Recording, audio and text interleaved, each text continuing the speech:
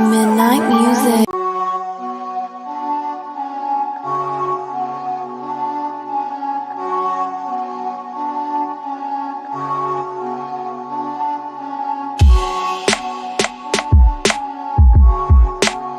Midnight music.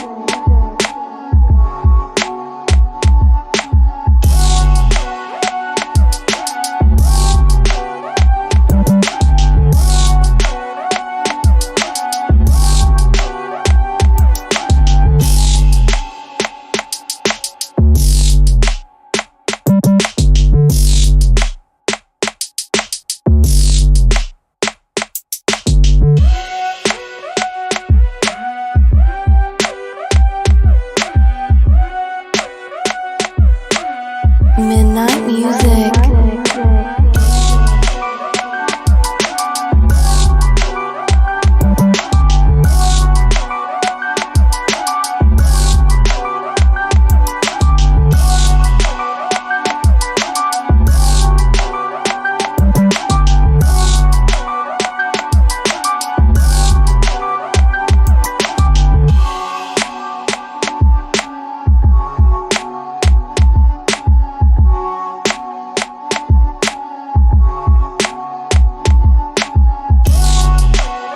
Midnight music.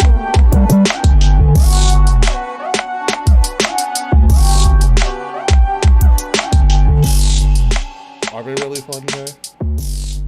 So the last one I went to was probably not the most. It was fun, but it was a train wreck. So it was Fall Out Boy and Wiz Khalifa were the headliners. Wow. I was there.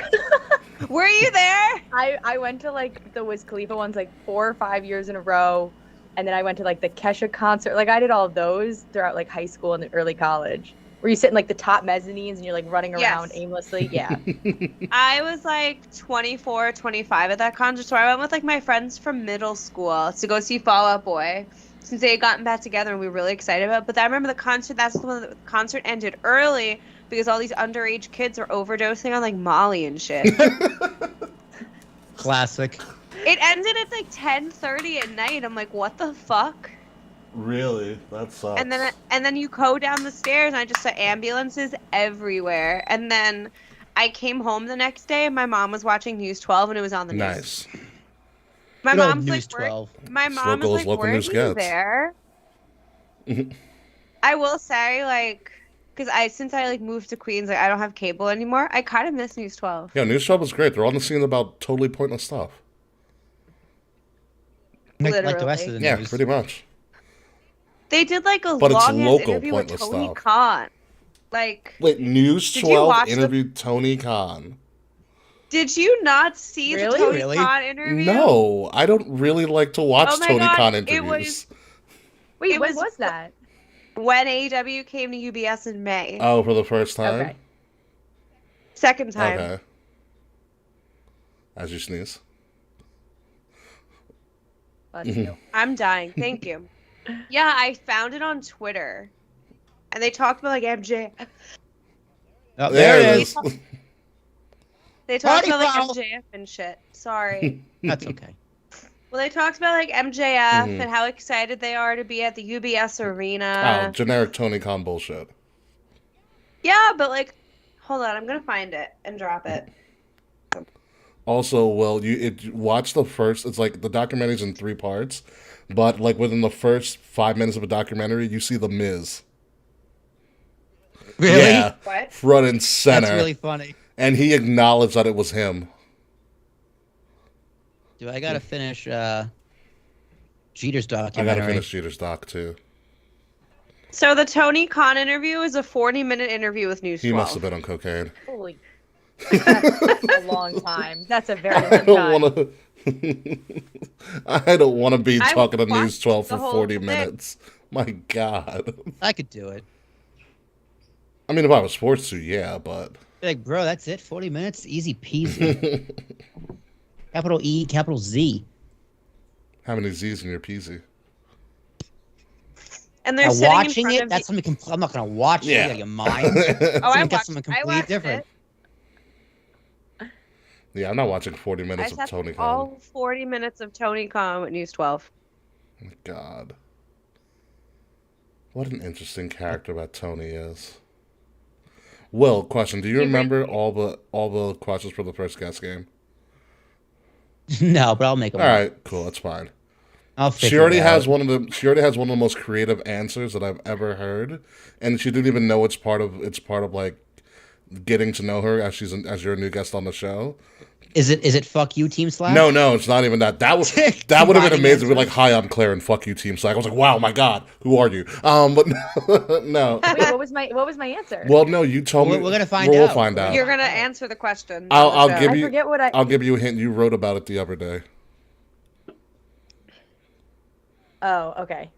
I think there's only 5 questions, and they're not complicated. Actually, one of them's really complicated. Not gonna lie, one of them's very complicated. Okay. Well, if There are a that's few. the one that I already wrote the blog about, Yeah. that one's covered. That one I went in depth. Yeah, and she told me like first time meeting me, she was like, "Yo, here's this, blah blah blah." Because I was wearing a WrestleMania shirt, and then she's like, "You want to know this?" And I was like, "All right, cool, whatever. Let's talk. Let's what is?" I I like have friends. my Mania shirt on. Yeah, we're all wearing wrestling shirts. Look at that, Will. You're wearing your Gloria shirt that we bought you when we went to NXT. Yep. I was gonna go. have I was gonna go shirtless, Mania. just a beater underneath, but I was like, no, we have a guest. Need to be fancy. Do you have It's guests hot in often? here. It's hot in here. Depending on our mood, we've gone long times without guests.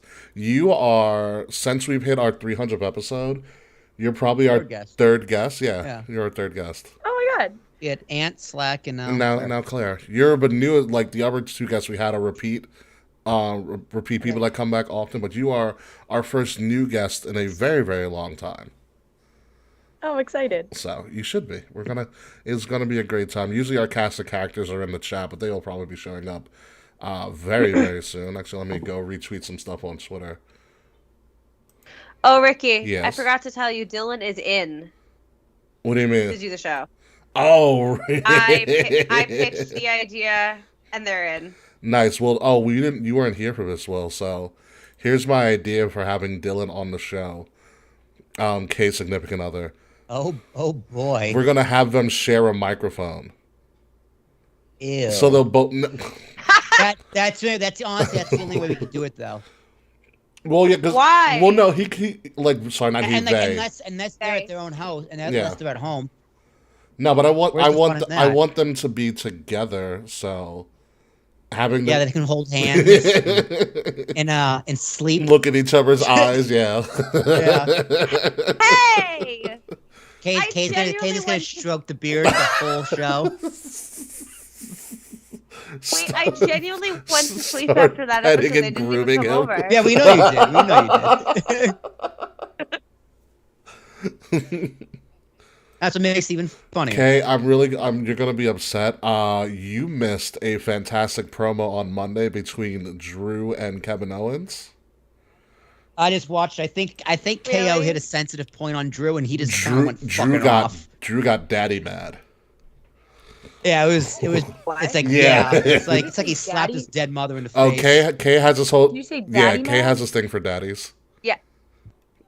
So I multiple men and women throughout wrestling as daddies for like a couple years now, Right. and I am now preparing to do a March Madness bracket of all of my daddies. Oh yeah, we didn't tell you about nice. that. Well, yeah, it's gonna be called. Oh yeah, well we're playing Daddy. We're doing March Madness with my daddy. If we were calling it March Dadness, Mm-hmm.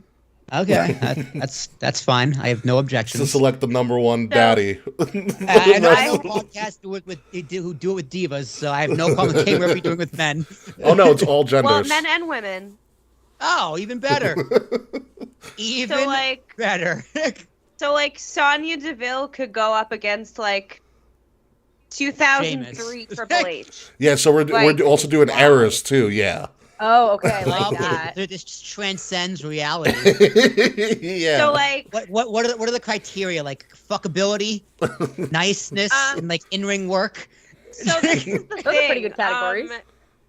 Those are great categories, but I don't have really specific categories. I just one day that it just hits me and they're a daddy. But like it's come from all So sorts all of right, different so here's what I'm reasons. saying. All right, So so it's their overall ambiance.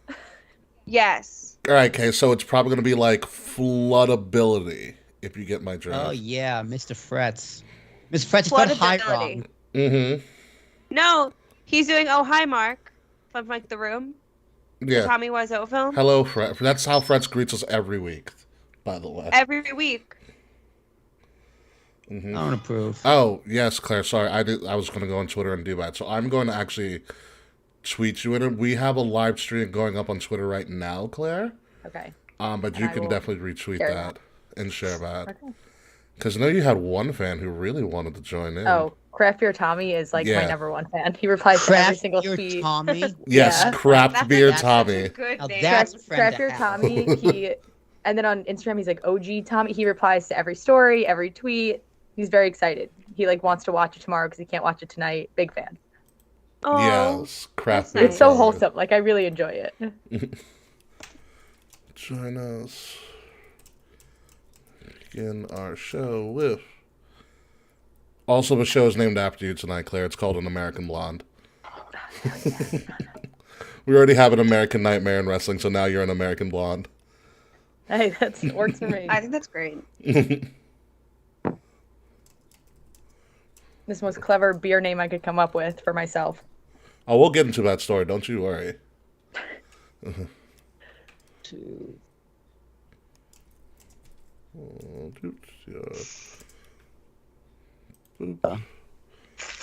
There we go. I just tagged you in something in a retweet. You can use that or you can use the. Beautiful. Yep. Trust me, we have a lot of when I talk to some of our bigger fans, like, you guys like beer and wrestling? They're like, yeah. And I was like, all right. Obviously, dude. Do I have the guest for you? Oh, top tier Taquan is here early. Love it. I missed you last week. I wasn't here. Yeah, Taquan was on fire last week. But I told all my friends about you. That was really funny last week. Taquan was absolutely hysterical. Taquan made the pre-show. Good job, Taquan. I love this. So wait, Fretch, you're drinking a non-alcoholic craft. What are you drinking right now? Ooh. Fritz, when did you stop drinking beer? When he wanted to live? I don't know. Oh, that's I think it was doctor's orders, to be honest with you. okay. In that case, Yeah. I know that's like a back and forth thing with Fretch. Like, it's, sometimes. In that case, Fritz, how much can you trust those Canadian doctors? Probably better. They're not even for profit. They do now. They don't even exploit you. Well, honestly, though, like non-alcoholic options in general have just been getting better. Have they? Yeah, they have. Like when I stopped drinking almost 5 years ago, Oh, and shit. back in the day, my only option was like O'Doul's. O'Doul's rules. And that was it. I fuck with O'Doul's, but that's because I have to. And also, it's like it. You walk around, everyone knows it's O'Doul's. Now there's like Heineken Zero where you can't really tell, so it like isn't as obvious if you're like when people aren't trying to be as open about their sobriety. It's like easier. And I know like now a lot of bars have mocktails, and mocktails definitely weren't a thing even like 2 or 3 years ago on an average Not bar at all. menu. Yeah. And now I like you see like 2 or 3 mocktail options, and I think it's wonderful. Yeah, I Yeah, live in Jazz loves Queens, so like mocktails. I see non-alcoholic like options all the time. It's great. Mm. Oh, yeah. Okay. Even like Go ahead, sorry. I was gonna say, the name of the breweries escaped me off the top of the head. Either Athlete or Athletic or something. Athletic like that. does them. Yeah, an They're A with so the good. I've with had the most wheat. of them. The whole brewery is non-alcoholic. That's dope. Yeah, So- my friend got me into those actually. Wow. Okay, so Will, Fretz's story is up here. He said he drinks 1 to 2 a week when he used to drink 1 to 2 a day, like at least a tall boy a day. So A tall boy a day. yeah, he's slowed down. Me too. I don't even drink that much to begin with, but here I am. Like, Well, we have this is probably the most beer I've drank and will drink and since the home run derby. we have a beer aficionado. We have to drink a little bit on the show. But that's appropriate. Yeah. Yeah, thank you. To But go. yeah, I don't even drink as much. Like I used to drink a lot, and then I was like, all right, this is not great. So now I'll have like a beer or two and like really enjoy the notes, like how people have a glass of wine, and that'll be like it. Like I don't yeah. really. And when I go out now, like it's so expensive. Like a high noon is like $10, even if I wanted to like drink. So I'll preem a little bit, go out, buy one drink, hold on to it the whole night. But it's not as much as I used to. It's more like for the notes now and like the community. Because I work at a brewery too, so it's like about the community as well. Yeah, listen, the most important lesson you learn probably in college and in your 20s is the art of pre-gaming. Saved me tons of money. Better than anything I've learned in school. That's for sure. Or is it like, let's just not go to the bar. When you're like, let's wait here. I still feel this way. Pre-gaming is usually more fun than the event. Oh, 100%. Yeah. Like, I bars love are what they are, and we have weed here. I just love, like, especially, like, if I have friends coming out to visit, like, we're going out, like, I just love having everyone piled in my bedroom, like, getting ready to go out and, like, drinking or smoking. It's great. I agree. I like the games. Like, I like playing games when you're together. And you get to the bar, and then it's, like, crowded. And you're like, if the music isn't good and it's too crowded, I'll be there a half hour, and then I'm back home, and then we'll smoke and hang out and play more games. Yeah, we went to, last month, we went to Gimme Gimme Disco in Manhattan. Oh. The experience was really cool. Like, it's just a DJ playing nothing but disco music. It was great. We dressed up. It was really fun, but also it was so fucking crowded. We were, like, over it after an hour. And we're like, let's go home. We can do this at home. Yeah. Wow, Taquan straight edge. Did not know that. Congratulations, Taquan. Taquan said, I'm so straight edge that I make CM Punk look like an addict. So wait, Taquan, like, how straight edge are we talking? Like, what makes you more straight edge than CM Punk? Like, what are your restrictions, Taquan? Yeah, I bet he smacks cigarettes out of people's hands. He's one of those. Yeah. Bad for the environment. Oh, no. I was straight edge for a while, like in like middle school and high school. Like my partner was also straight edge for like a very long time. But like there are people that are like really like so committed, like they don't even eat like chocolate or have caffeine because caffeine is a drug. That's what I want to know. Like I want to know how down the well does that go. It's the most addictive drug in the country. Caffeine. Caffeine? Oh yeah, if not the world. Yeah. Oh yeah, I am. It's also really bad for you. I am hopelessly devoted to caffeine. I do not drink coffee. I love the smell. I like the notes in beer, but I just like I can't do the taste. Yeah, I can't do coffee. But I drink a lot of tea, and tea half the time has more caffeine in it.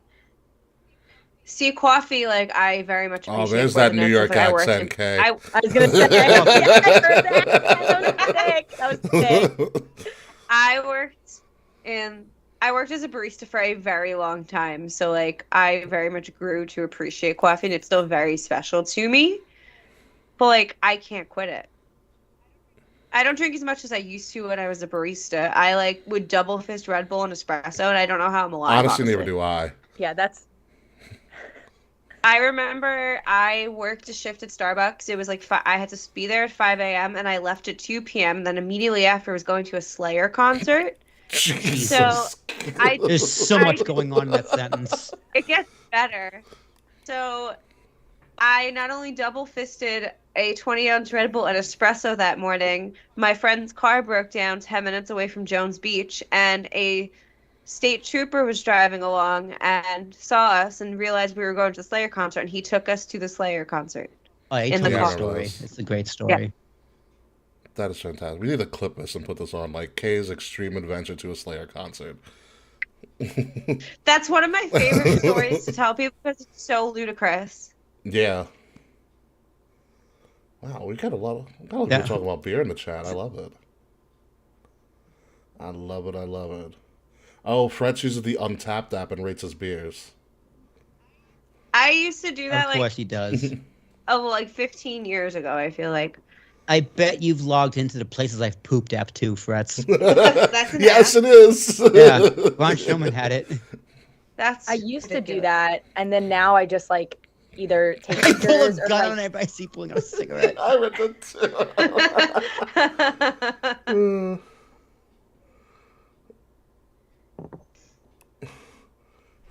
I should use the Untapped because then I stopped using it because I'm like, all right, I'm tweeting it or I'm posting on Instagram or I'm doing something else. It was just another app to Yeah. have.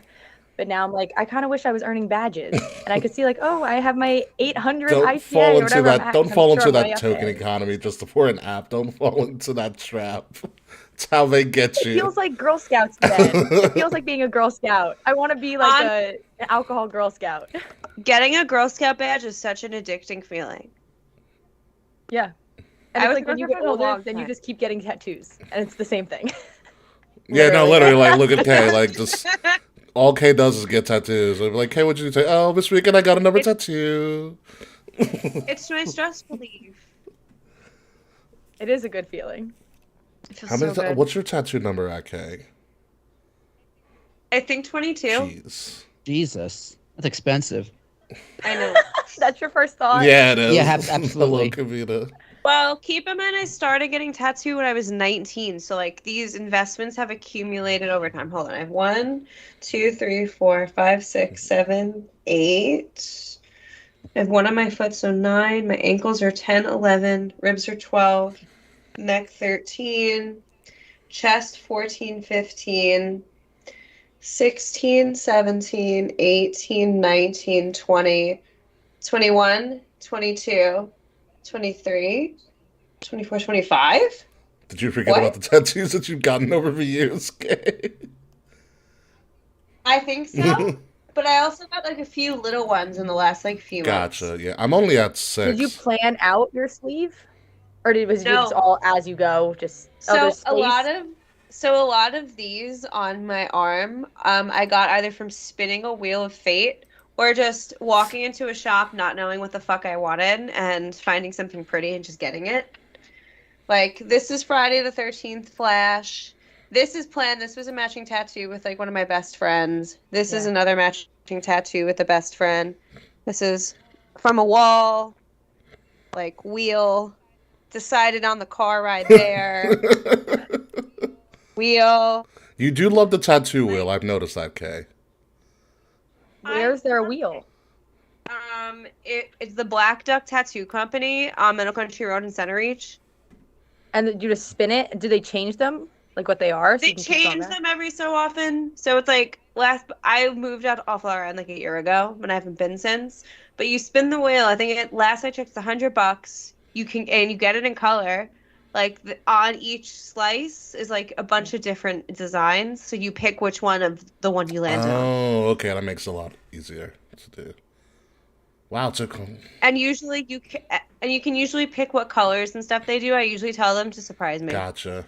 Taquan doesn't have tattoos because 100 is he's a pretty little cheap. bitch who doesn't like needles. Yeah. Taquan, you're going to be our next guest on our show because I have so many questions about you and your life. You're pulling guns on people if they pull out cigarettes. You're straight edge. You don't like needles, and you're funny as fuck. So like we got a lot of questions for you, Taquan.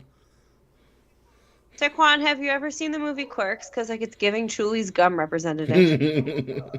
Are they coming out with a third Clerks, which I'm really excited about? Yes, They coming are. out in September. Dude, Kevin Smith needs to stop making movies. Shut your mouth. Kevin Smith sucks. Kevin Smith is very special to me. He literally has a career of Me Too, but he has a career of literally one Every movie. 10 and years, it's- right? No, just Clerks. All he has. No, he has is Clerks too. I know, but the rest of that, I'm saying he's his whole career is based off one. And I'm Mallrats. sorry. That the entire View Universe. You have the Clerks movies. You have Dogma. You have Mallrats. You have Chasing Like I said, Amy. he has made his whole career off of one good movie. He did the Marvel Cinematic Universe first. No, Shrek did the Marvel Cinematic Universe first. No, Clerks. Kevin Smith did it first. Clerks came out in '94. Actually, it was Stanley did like one of Kevin Smith's things. Like it's he was in Mallrats. yeah, no, it's yeah. So in Stanley's cameo in Captain Marvel, when he's on the bus, he's reading the Mallrats script Oh, that's good. because it's in '95. Wow. Taquan with the Taquan dropping the hammer on everybody said the Universal Monsters was the first cinematic universe back in the 30s. Okay, you're right. You're not accepting that, Will. I I mean, did. No, I, well, I mean, I guess. Did you see like fan the same movie? Yeah, I think that is the first. That was with Abbott and Costello. That's You right. might- All right. Oh, All you're right. right. It is 8:03. It's time to get the show on the road. Will, are you ready? Yeah, let me start recording. Let me just Yeah. do things. All right. Let me count down, sir. Let me sit up. I gotta do things. Let me record on the mix. Up. Your life is so hard. Are you Starting guys watching in. through Skype or another window? Huh? Are you guys watching in this in the Skype screen? Or is there another window I'm supposed to be watching on? Oh, so I don't know if I'm able to do it. But I'm sharing my screen because I'm essentially doing all the cutscenes for the thing. Okay. So that's why you probably can't see my face technically, but Okay. I can see you and I everything. just didn't know if this was right where I was supposed to be. No, you're in the Okay. right place. I just for some Yeah, reason I you're don't think you fine. can. I don't think I can actually share what everybody else is seeing with me unless I unshared, which I'll try right now. So then like I'll I'm share watching again. through Skype right now. So Okay. like I see our three faces. Ricky's you can't see, but before he had the thing, he's the thing at the bottom where you can see what the screen Yeah. looks like. Mhm. But Okay. you can watch the stream and just mute it if you feel more comfortable watching it that way. Because I do that sometimes if I want to read the chat. I Yeah. do as well, I but clicked it, but it was delayed. it's So I was like, delayed. all right. No, it's- yeah. It is So a little it's the delayed, same yeah. here. It's like 8 seconds delayed. Yeah. That's So like we a are little on Twitter, like that. Twitch, and YouTube, and all that fun stuff. When we do like a pro, if we do the pro account, like I think we do, we should do because it's 33% off right now for an annual. On For what, Restream. restream? Yeah. Yeah, They're let's doing do that. They're doing a Let's do that. 33% off sale. It'll probably be a little bit more of an actual like more live feed without the delay. But we can talk about that a little bit off air. So ready when you are, Will. It's the latency settings. You just gotta check the latency Adjust them. settings and check what your PC can handle, because more latency is just less lag on the computer. All right, starting in 5, 4, 3, 2.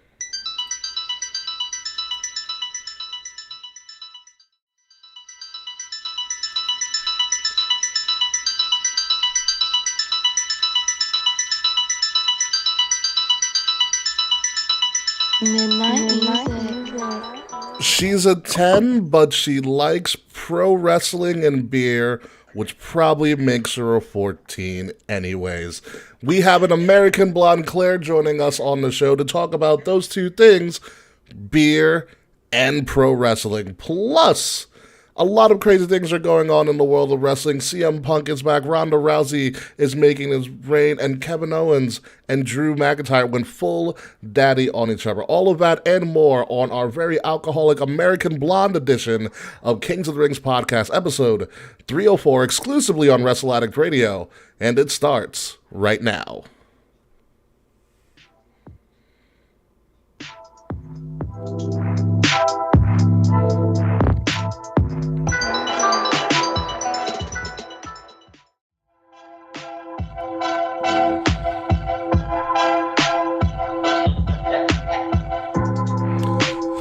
Oh, the Yankees suck so much. Oh my god, Dude, I don't want to stand fucking it. talk about it.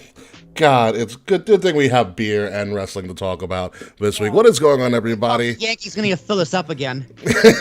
What's going on, everybody? Welcome to Kings of the Rings podcast, episode number 304, titled An American Blonde, because we have an American Blonde on the show. You're welcome, Will. I am your host, King Ricky Rose, along with Willie T and the K Murphy. Wow, looks like the band is finally back together. K's Electricity Works. Will's back from doing whatever the fuck was going on with you last week. And we have a guest with us. Oh, I guess it is a secret. Hopefully it's not something too secretive. Anyway, folks, well, before we get into anything else, let's introduce our guest who is with us this week. Somebody who I've known only for a minimal amount of maybe just a week, to be completely honest with you, but so enamored by her wrestling acumen and more enamored by the fact that she is a social media beer influencer. Let me introduce you guys, everybody, to our guest, the American Blonde, known as Claire. Claire, how are you? Oh, I'm so excited for this. That was a great introduction. That was Thank you. A1. Fabulous, fabulous. Well, it's I'm very pleasure- excited. Yes, you should be very excited. It's a pleasure to have you. We're going to get into everything that we're going to get to know you a lot more about your love of wrestling and more importantly your love of beer, because obviously we all love beer, whether it's alcoholic or non-alcoholic. But first, let's do another round of check-ins. Willie T, how are you doing? I'm good, man. Busy as always. Only went by the code name. Oh, once. That's a once. I thought that was a Y. That is a once. Yeah, no, code name. It was a pledge name, bruh. Come on now. I was trying I'm to Will keep that Tarash secret from for Keith you. Thomas. ARASHUK. Same thing for me. That's going on the past few weeks. You know, same shit, Yeah. different day, right, K Murphy? Right. It's been a busy fucking week. I'm the K Murphy. I use they them pronouns. THEKAE Murphy, all that fun stuff. And I'm about to be 31, and I'm very excited about it. Yes, your birthday is this weekend. Yes. Yes. So before we This get month in, went quick. it did go quick. A lot of things have happened in like half a month. a lot Literally. Of a lot of Yeah, life Yankees are no changes. longer the best team in baseball. Yeah, well, that happened in July. So yeah, it's been pretty slim pickings for Yanks, and you know, wrestling's very exciting again. But let's talk about the most exciting thing that we have to talk about on the show, and that is our guest, the American Blonde, Claire, who gave us this lovely picture. I don't even know what beer that's in your hand right now in this photo that you sent me. That's Flower Power from Ithaca Brewing.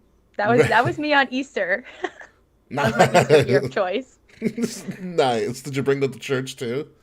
No, we don't find Easter eggs. We find beer around the yard. It makes it That's much more awesome. exciting when you're an adult. Wow. God. That's amazing. I want to be part of this family so much. And so you're a brand spanking new guest on our show. You're our first new guest in a very, very long time, I believe. So, Will, what is the time for, man? It's time for the motherfucking first guest game. First guest game. Oh yeah. Yeah. These are the That questions. felt good. These are the questions that we ask all of our first guests. So, question number 1, Claire, are you ready? Yeah, I'm nervous, but I'm ready. Don't be. How did you get into wrestling? I got into wrestling through an ex, actually. And you know how, like, when you go into a relationship, you build up all these new hobbies? I don't think those hobbies need to end after a breakup. I think you can still be into those things. You learn Amen. something and you keep going with it. I became an Islanders fan because an ex in high school, and I'm still follow the team really well to this day. So I'm going to stick with wrestling. All There right, you go. that works. Yeah. All right, question number 2. You're doing great. Who is your favorite wrestler of all time and your favorite wrestler currently? I would say they're both the same. So right now, and I guess of all time, because I only got into wrestling the past year, is Toni Storm, and only because we both have the same hair. We both have the blonde with the black underneath. And I think that's just like, I don't know, I love it. Also, she's just like a total badass, and I really liked her more than everyone else. I didn't really She's great. yeah, I think she's fantastic. She's on tonight, but yeah, like everyone that I like started watching wrestling with, because I got my friends into it too, they really liked Britt Baker and like Ruby Soho, and I just didn't connect with them. I was a Toni Storm girl. Yeah, Tony, when it's Tony time, Tony gets going. I'm also a big fan of Toni Storm. But it's interesting, wrestling in the past year. So, was it WWE or AEW? AEW was like my main Amazing. focus. Yeah. Amazing. That's really cool. That is really Yeah. interesting. I'm trying to imagine myself like, That's I was such just a getting into fresh wrestling now, perspective. and I wasn't watching WWE. Mm-hmm. That's Yeah, pretty so I didn't bonkers. know really anything about either. So then I got really into AEW first, and then a little bit about WWE. But I went to Grand Slam last year, and then I went to the show in May at UBS.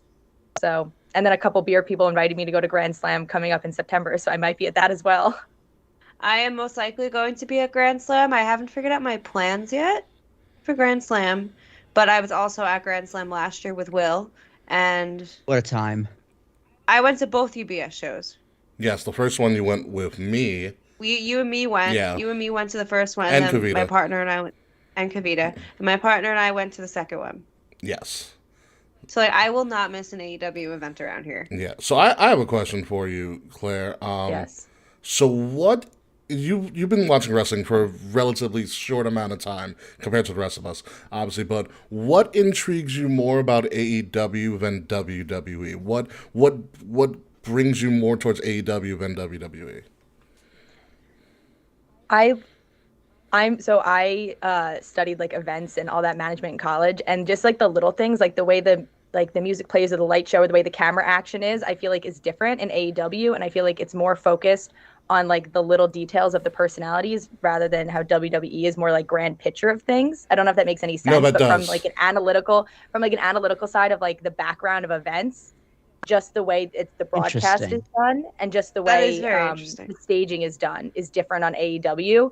And I feel like it's much more shown to like the micro of a personality, where WWE, I feel like, is more commercialized of the personality. That makes I think sense. I think you're the first person ever to say that AEW's production is better. I don't know. I Like, don't know from if it's the- 'cause better. I- but- Well, at least in a form of liking it more. okay. Yeah. I would say so. I work in influencer marketing, so I am very specialized in like the personality of a production value rather than like, yeah, I guess maybe the light show and the fireworks might be better in another series, but how they showcase a character is different.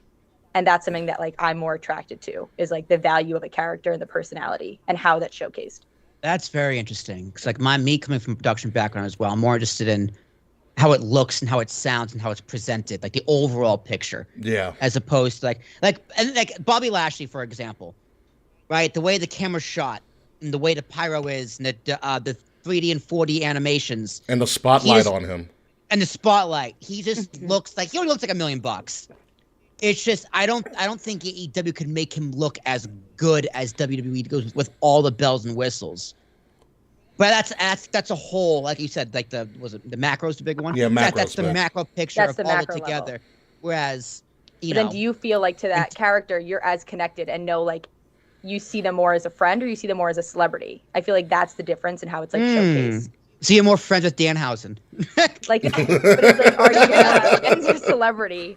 No, And I feel I like- do get yeah. that. No, I'm saying no, he looks larger than life for sure. So definitely, celebrity, mythical being. He's gonna murder me and my family without thinking twice about it, and then sign my corpse. Like, yeah, like that's no, definitely larger than life. Whereas, yeah, I could see a little more personal side. Yeah.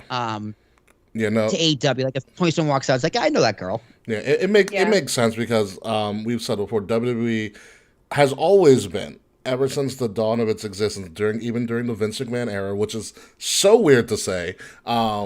It's WWE's. I mean, even since it's always been the Vince McMahon era But- until like yesterday. but yeah, but even then, Really? like it's always been about the the spectacle. WWE's always about a spectacle and things Yeah, being for sure. larger than life, which made them so marketable to so many people. And even though, and Cody Rhodes is a perfect example. Cody Rhodes, you felt like you knew Cody Rhodes, in AEW and the person that he was.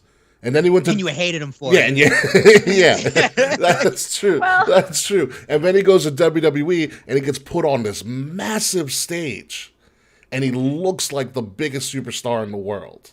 And you love him for it. Yeah, yeah. It's just those little nuances between WWE and AEW where it's basically like Claire said, it's a personal preference.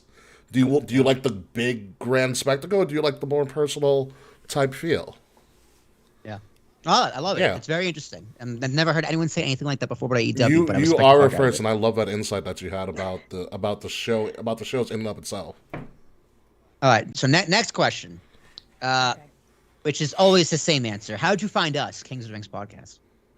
So I don't think this is gonna be the same answer as everyone else. No, I guess. So- it is the same answer. It's me. It is. It's the exact same answer. You met Ricky in person on Twitter, one or the other. No, this is in person. Oh yeah, I was Yep. at. We met in person. He had like a WrestleMania shirt on, so I just went and sat down with him because I went to a cornhole event in Long Beach and I got kicked out very easily. I, didn't make it on in the tournament, so I was like, all right, I'm just gonna go make some She didn't friends. get kicked out of the bar. She just lost in the tournament. Let's I was make gonna the say, good. I kicked out of the bar. I didn't kick out of the bar. Got kicked out of the tournament. Yeah. All right. So, All right, so and he was here's- running it, so I was like, I'm gonna go over. I'm gonna make a friend. and get free drinks. Oh yeah. No, Ricky, no. because Ricky likes to give away free drinks. That- listen. Fun fact for everybody out there. Listen. That was only during my bar promoting days. I am running a very, very family-friendly cornhole event these days. Oh, in that Okay. case, free mozzarella. Let's fucking go. Even better. Yeah, the event is already all you can drink, so there was no going up from there. Yeah, exactly. So no, it was funny because I was running the cornhole and I'm sitting by myself, just making sure that everything's going well. And then all of a sudden, Claire just decides to plop right down across the table from me, and she's like, "No one's speaking to you right now." I'm like, "No." And she's like, "Hi, I'm Claire." Blah blah blah. And just start going. It's like, "I like your WrestleMania shirt." I was like, "Oh yeah, I do wrestling podcasts." Like, "Oh my god, I like wrestling. I like more AEW, by the way." And just going and going and going. And when I was like, "You should be on the show," she's like, "Oh my god, I'd love to." So and then Literally how it happens every time. Easy peasy. All right, so now we get the hard question. is it a hard question? I think so. It's hard for me to answer. Okay. If you were a wrestler, what would your finisher be? Also known as, what's your finisher, bitch? Well, you got to go into the whole story now, Claire. I got to go into a whole thing. Yeah, because So, this I was like, she's got this one. Okay, so I have a blog and I write a lot about beer, but I also write about whatever is on my mind. So I decided if I was a wrestler, I wrote my whole persona, I wrote my moves, I wrote what I'd wear, the whole thing. So my name would be Connie Flip because I am a big thrifter. It's like all I do. So it's short for consignment thrift. And my thing is I only wear people's uniforms that they had previously lost in. So like if I'm going up against someone, I'm wearing something that they just lost like a championship match in to like psych them out. So I'm like kind of good, kind of evil. But it's like, how would you feel if you went and got like dumped in some t-shirt and then someone shows up in that t-shirt? You're gonna be sad. So like that's my move. And then flip because I do a backflip off the top rope. That's my finisher. But it's a whole That's Connie great. Flip. That's my whole like persona. That's a good drag name too, actually. I think so. It works for so many levels. I swear, Kay, you will find anything in the world to relate to Drag drag. and wrestling are really similar. No, drag and wrestling are really similar, and you just don't I understand. probably will never understand. I'm not gonna lie. I'm okay. I've been to a wrestling show and a drag show, and I've had way more fun at one. I'm not going to tell you which one. The wrestling show. I say all the time that I think wrestling is very comparable to like a Broadway show because there's It's there's theater. peaks and there's goes. There is it's 100%, theater yeah. to it. I think it's That's very how comparable. drag is. Drag is an art form. Yeah. And wrestling is also an art form. Like they're very similar, very, even bound to like costuming. Like Ice Yeah, sculpture is perform- also an art form. I wouldn't consider that anything near wrestling or drag. Well, this is a performance. It's performance yes. art. Yeah. I think it's very similar, and especially like the music. People come out, everyone stands up and sings it together. It's like the opening scene Yeah. of a show. He gets a wig thrown on him. Oh my god, I totally forgot about that. Dude, that that was the highlight of New Orleans. Was it? I thought it was the impromptu Elias concert.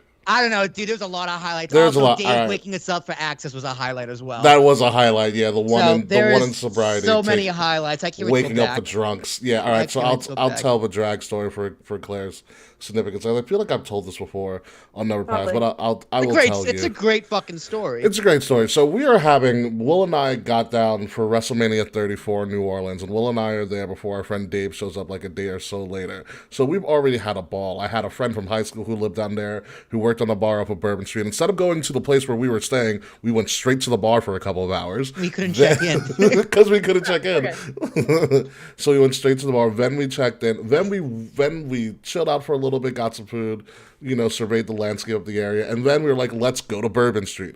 So we go to Bourbon Street. We were having a crazy time. This is towards the end of the night.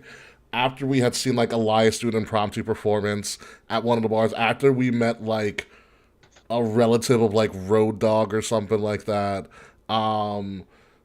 We ran into these random people like, oh, you want to go to this gay bar with us? We were like, okay. It's like the end of the night. We don't give a shit. No, they So- specifically said drag bar, not gay bar. They Was it specifically drag said- bar? They specifically said drag bar. Okay. I So might we have go. I might have thought twice about a gay bar, but drag bar, sign me up. So we go to this drag bar, and they're putting on a drag show. We're just chilling or whatever, and it's like some drag performance, like last day there before they like moved to Chicago. So they're going all out there, the final performance, and person throws their wig up in the air at like the finale, and it just lands in my hand. Like I have a drink in my right, and now somebody's wig in my left hand. Dude, it pretty much lands perfectly on your head like it was magic. Yeah. Did I the was like, get queen it? have was there another wig under it, or were they just ball capping it? oh, bald capping. Ball cap. Oh. Bald capping. Yeah. No. Those are expensive. It's not the move. Yeah. They eventually got the wig at some point, but I was like, oh wow, this is what a first night in New Orleans. Dude, so many single ladies there. You're too, making let me tell so you. excited to go to New Orleans next year.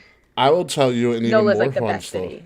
So I much can't fun. wait. We're going for like my best friend's bachelorette party. So Did I ever tell you the other story, Kay, about what happened that same night? I don't think so. Okay, so the same night we first get into Bourbon Street, and to our left is a country bar, which is a bar that I would probably never go into. Yeah. Usually, Oh, there's yeah, I remember this but there story. was a That's a good story, mechanical bull, and I was like, "Will, Oh, we're hell yeah. going." We're watching. Yeah, we're watching. Yeah, we're watching. And so there's these shot girls that are going around and selling you like obviously the weakest little drinks or whatever. And I'm wearing I'm in all black because I'm fucking from New York. And I'm wearing a vintage Monday Night Raw shirt on. So this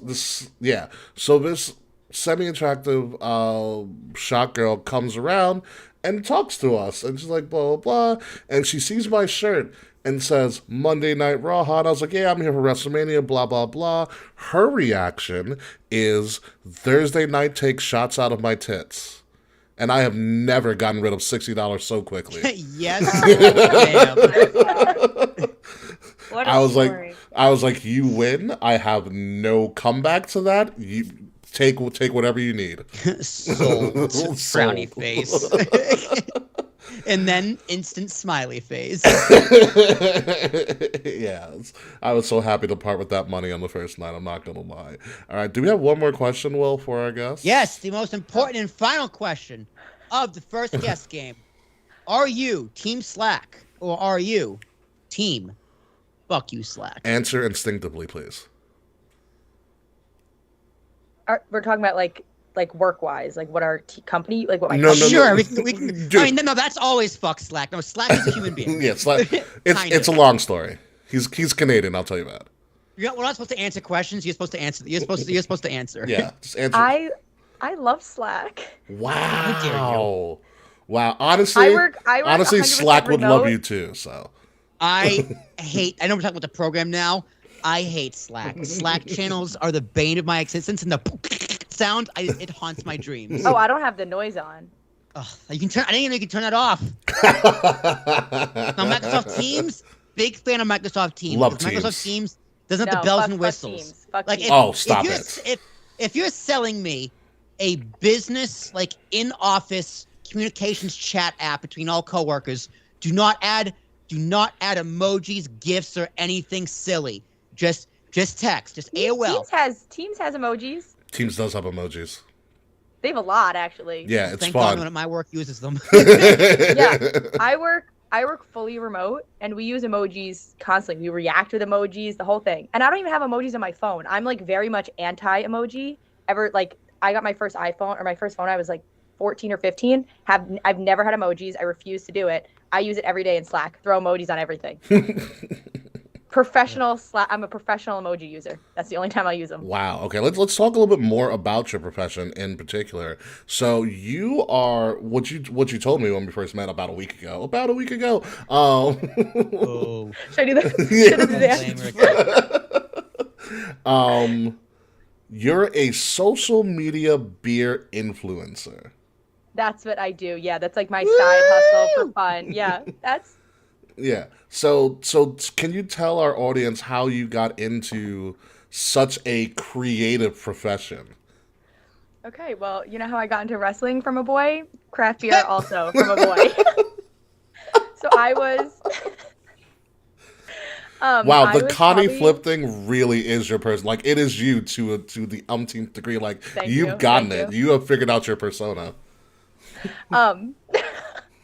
I was probably 19 or 20, and my fake could only get me into like one bar in my hometown, and a guy that I went to high school with that I had a crush on, and we were talking, he could get me into the bar, and they only had craft beer. It was a craft beer bar, so I got really into it, and then I'd always post it, and that was before like you could do anything on social media, so people were like, oh, you can't post beer, you're not going to get into college, or oh, you can't do that, like You're not you're not get going to get into into college. You know what I mean? Like people used to say like, oh, you post, oh, no red cup pics, you're not going to get into whatever Oh, yeah. sorority. So I was Not like, gonna all lie, right, they were whatever. kind of right. Yeah, they were. But I was like, all right, screw that. I'll just make a separate account, and like no one will know. So I made it, and then I started to like post about all the beers, and people seemed to like it. So I was like, all right, I guess I'll just keep doing it. And now I like work at a brewery. I had a professional career in a brewery for a while. I was doing sales, another brewery. I was doing events. Like, got really into it. Yeah, I just love it, and I like the community around it a lot. Obviously, I don't drink as much as I used to. I drink more for just like the taste rather than like to get wasted. But I love it. Cheers! I love a good beer. Hell yeah, Cheers beer to crew. you. All I drink is beer. Last we're in New Orleans, I might have had some tequila here and there. Well, no, No, you. in New Orleans, you can get the really big beers. They have the 40 ounce. No, is it 40 ounces? I don't know. They have the giant ones. I have one upstairs, like in my room, and you can bring it home. And it has a handle and a big straw, and then the top, like the little circle, is a coin slot. So when you take it home, it's for quarters. Wow. You have to bring it to the airport, though. You have to like walk through the airport with it. 'Cause it's not gonna fit in your bag. Listen, it's a badge of honor at that point. Yeah, so it's like you gotta. Do you have the pride, or are you just gonna walk through it? Like I just walked through the airport, and I was like, "This is coming home with me." Absolutely. My God, so beer influencer. So wait, what brewery did you work at? I worked at Flagship Brewery on Staten Island in sales for a little bit after college. Then I worked at Great South Bay Brewery and Ghost Brewing in Bayshore. I did events and social media for them. Bay. Yeah, they're awesome. Ghost, I think, is so great. Paul is their head brewer. He does like such a phenomenal job. And then now I work at Secatog in West Islip as like I bartend on the side because I have a full time now at home. But yeah, I love it. I couldn't stay away from the beer community. So like I have a full-time career, but I was like, I need to start bartending again. Like I just love it so much. Okay, so here's my last question before we actually get into the week in wrestling as Tampa Bay just scored again on the Yankees. Motherfucker, don't tell me that. Yandy Diaz, you piece of shit. See, but of all the beers you've had, and I'm assuming you've had a fair amount of beers, list off maybe your top 5 favorite beers that you've ever drank. Or your top 5 go-tos. My go-to, if I'm in the city, first of all, DBA in the East Village, one of my favorite beer bars ever. I love them. Brian and Jeff are the bartenders, just like phenomenal beer, phenomenal staff. They select great stuff. But if every like random bar, like just around, they'll usually have Strawberry Letter from Duclaw. That's always a favorite, always easy drinkable go-to. Or Purple Haze by Abita, which is a brewery. Purple Haze is my shit. That's a great beer. And that's just like a solid go-to, like every time, every day, kind of it gets you through. You know, you're gonna have it. It's gonna be fine. But my favorite beer of all time was like a one-off from Courtyard Brewing in Louisiana, and it was a 12% marshmallow beer. It was just like one of the best things I've ever had in my life, and it tasted like it was a 4%. It was so light, but like it got you drunk like after one. So it was like, all right, you only needed one. Marshmallow beer. 12.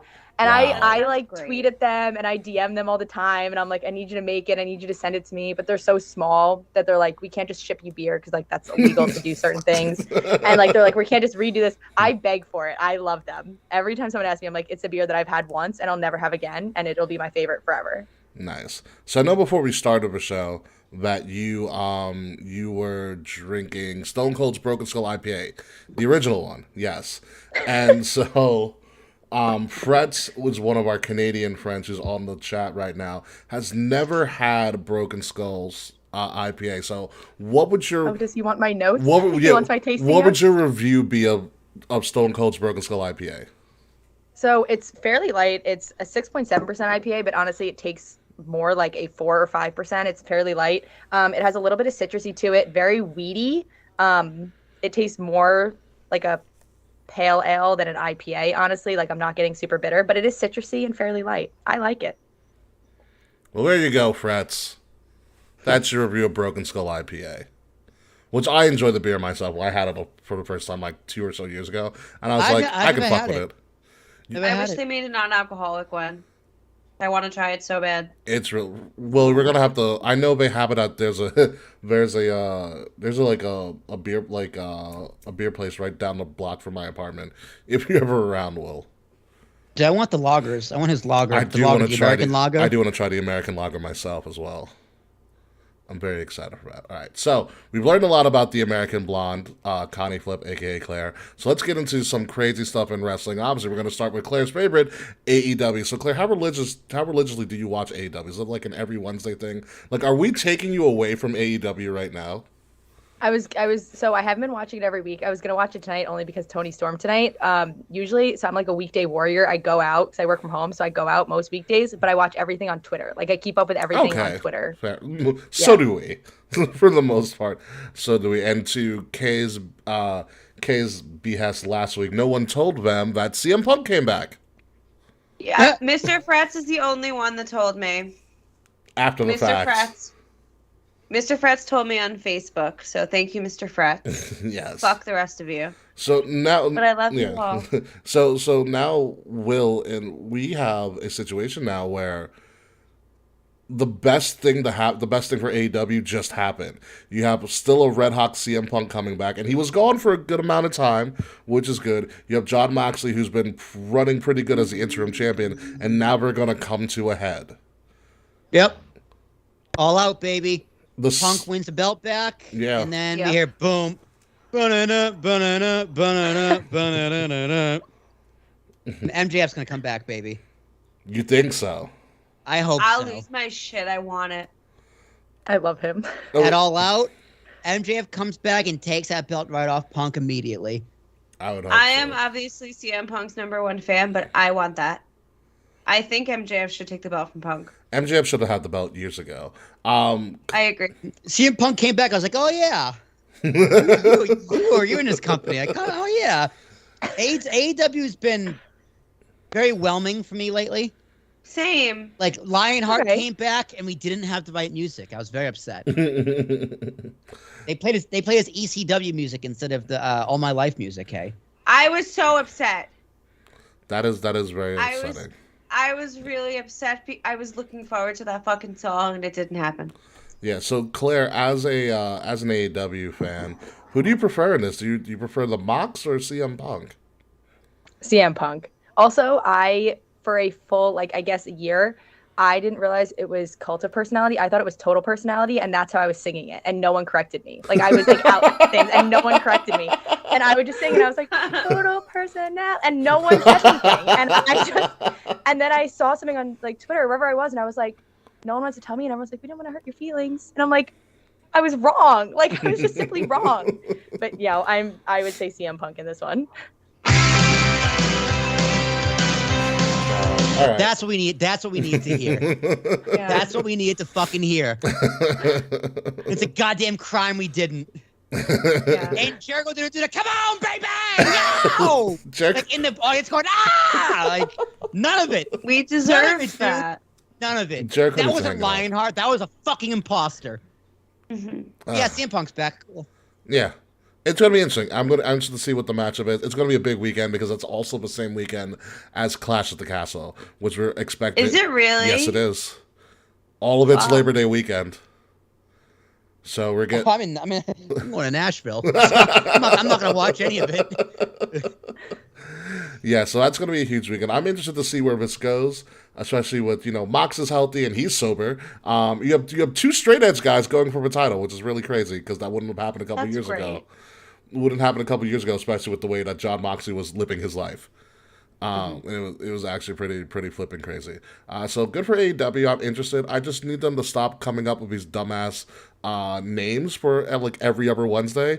Like, well, yes, last week. Quake at the Quake Lake. at the Lake. I couldn't Quake take at it the serious. lake. I was like, what is this, summer camp?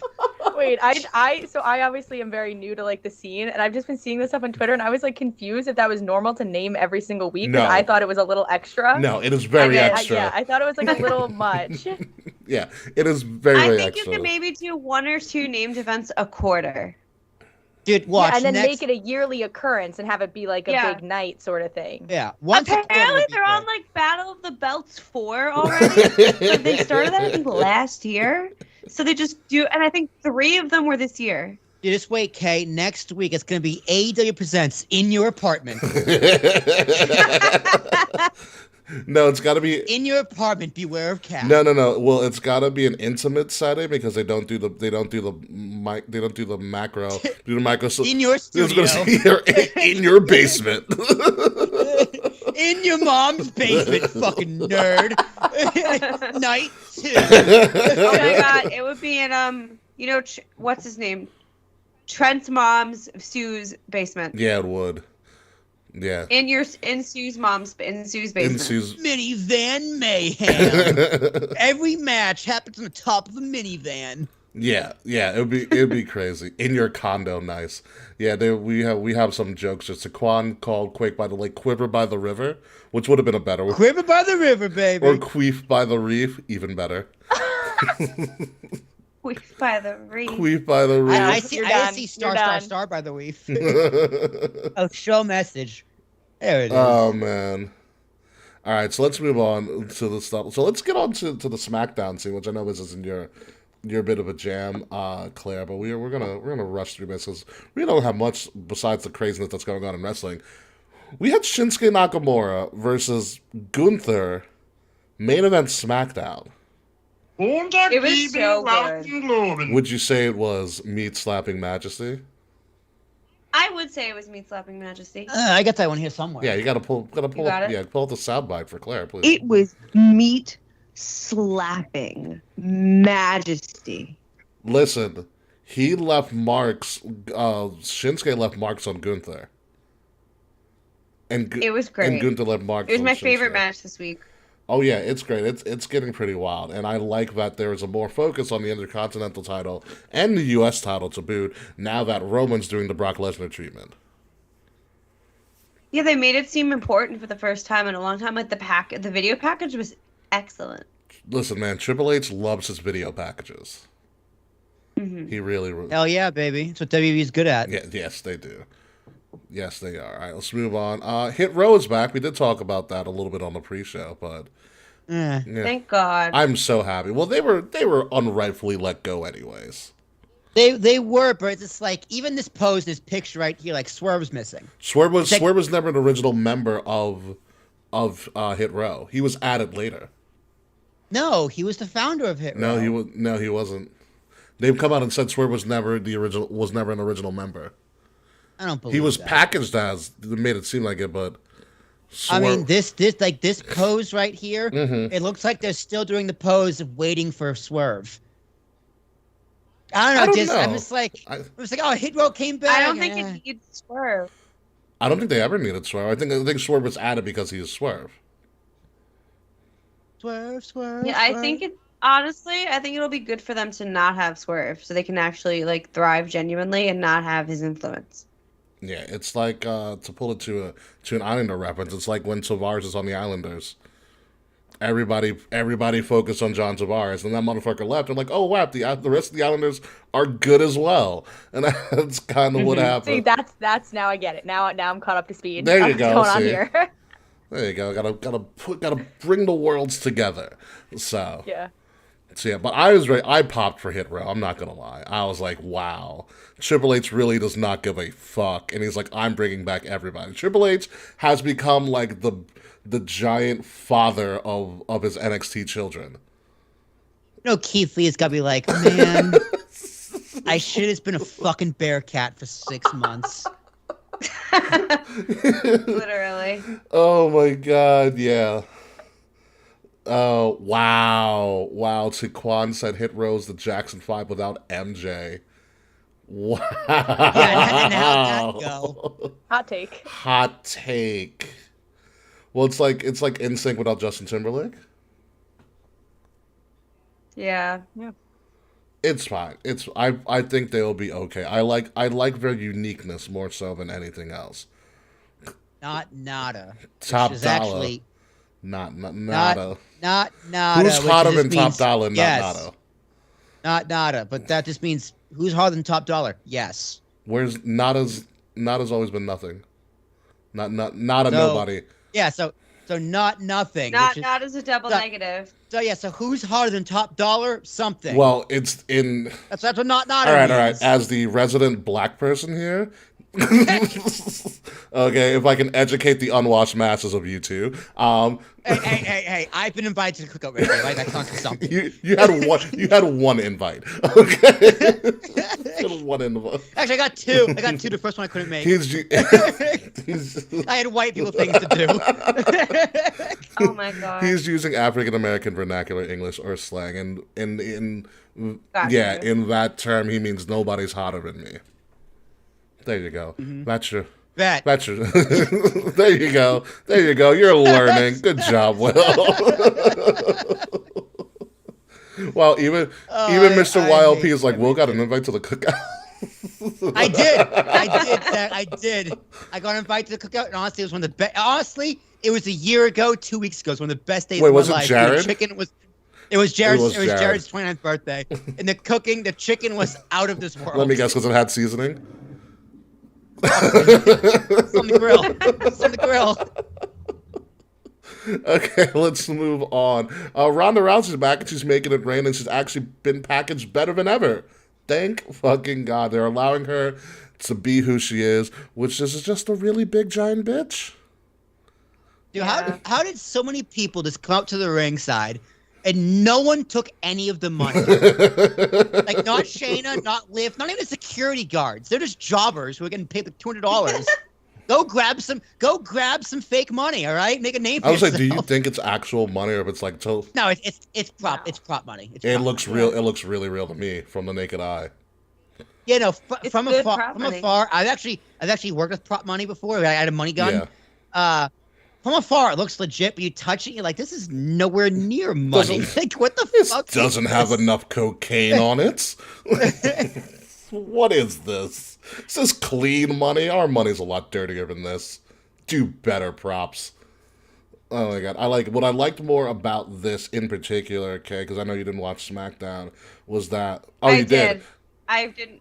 I did. I thought this week's was last week's, Fair enough. So I thought I was behind, but I only missed what Raw. did you think about the little bit of a setup between Shayna and Ronda? I wanted so bad. I do like I it. wanted so bad. I want Shayna to beat the shit out of Ronda Rousey. Well, Yeah, Shayna Baszler going, you don't do this around here. You follow the rules. I'm like, the bitch, what you just say? but that like, wasn't believable to I was me. like, do you know who you are? and I think that's exactly That was what Ronda- Ronda was that was saying. Ronda. Ronda was like, you used to be a that was- killer. Yeah. And I was like, yes, we're going to bring out killing Shayna back. And you know who's going to die before it? Liv Morgan. Dude, I love how they're still Yeah. booking Liv Morgan like she's not the champion. Claire, do you know who Ronda Rousey is? What do you know of Ronda I was Rousey? gonna say, Ronda Rousey, I like a lot. I think she's like a total kick-ass. I like that she doesn't really like. She is her true self. It's not like she's playing a character or anything like that. I also just like that she's a mother and like totally like bounced back amazingly fast and just like got back in the ring and just like kicks ass. Like she's fantastic. Yeah. Have you seen, do you know who Becky Lynch is? Yes. Okay, because like they're the two biggest moms right now in WWE. Like just fresh out of having kids, and now they're just back to kicking everybody's ass.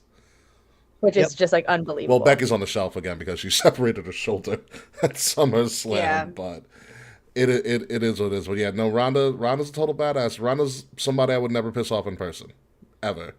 I No, would. Fuck yeah, I would. Beat me up, girl. yeah, I'm good on that. Just don't punch me in the face. Like, put me in the arm bar, scissor choke. I don't care. Oh, so you want to be Dominic Mysterio to Rhea? Yes. Gotcha. What? Dominic's lucky.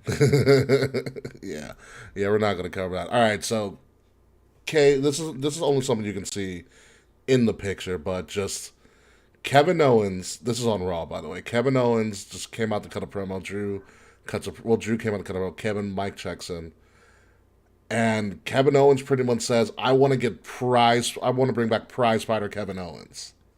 Says it verbatim. Wow. I was like, I'm about it.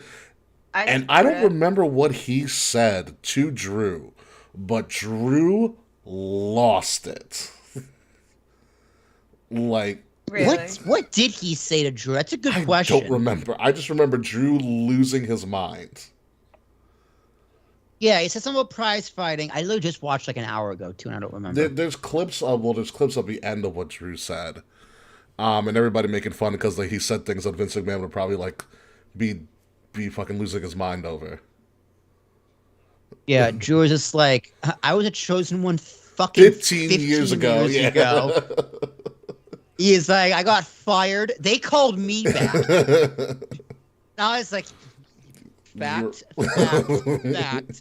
Beat Brock in the main event. carried. Oh, you know what? It was like I think it might have been carried on. Might have made it but like a back injury or something. Oh, okay. I think he was pissed that sorry, that he was being overlooked or something like that. I think that's the nerve that he hit. But he took that Scottish anger and just unleashed like I'd never seen before. Oh yeah. Yeah. I really don't like Drew McIntyre's promos, but because he's like a little too like haha, like jokey. Like, come on, pal, we're gonna go have fun.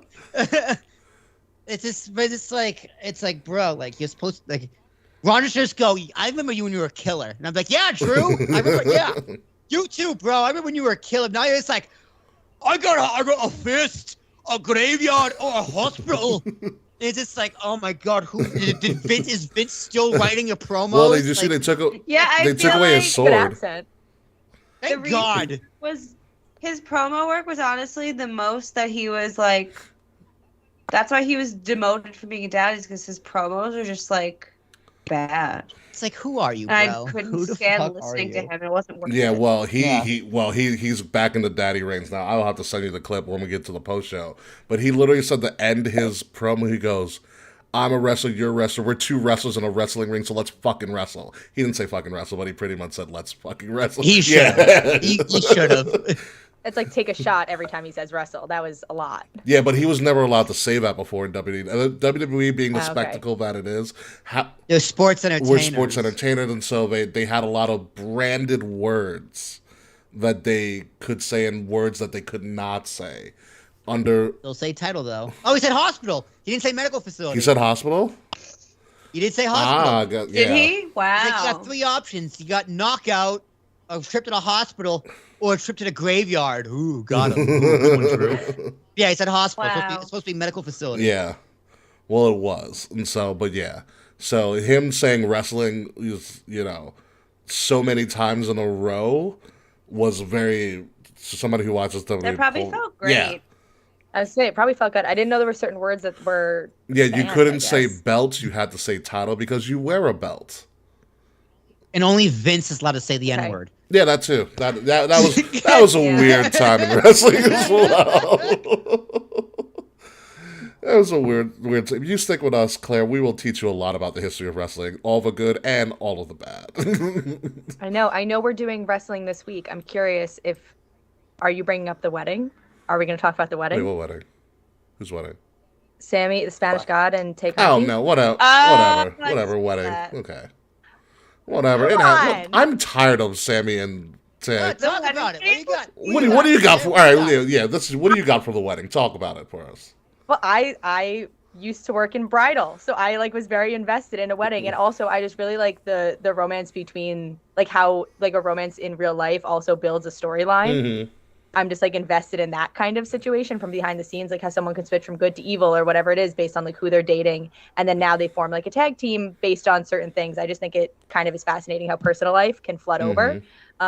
But also, I just wanted to talk. I loved her dress. I thought the whole thing was great. The proposal in Paris. I was just invested in the whole relationship. Well, Claire, It happened so quick. let me. too. It happened so quick, so quick. It was less than a year, right? I think Couple 8 months. months. Because he was engaged before. I mean, Japan. he was already in a mindset to get married, so I guess. I know. I know. He was engaged to Pam in October, and I think he started dating Ty in December or January. Yeah, and then they 'Cause I were remember engaged fairly the quick. rumors starting around Christmas. Yeah. They put that wedding together real quick. I know, Yeah. and they blurred out the date in some tweets, but then didn't in others, and I was I don't understand. Everyone's gonna know when you get married. But Yeah. Yeah. So if you. Yeah, imagine how drunk Tony Khan got at that open bar. Oh, hammered, hammered. He's got paid for it, might as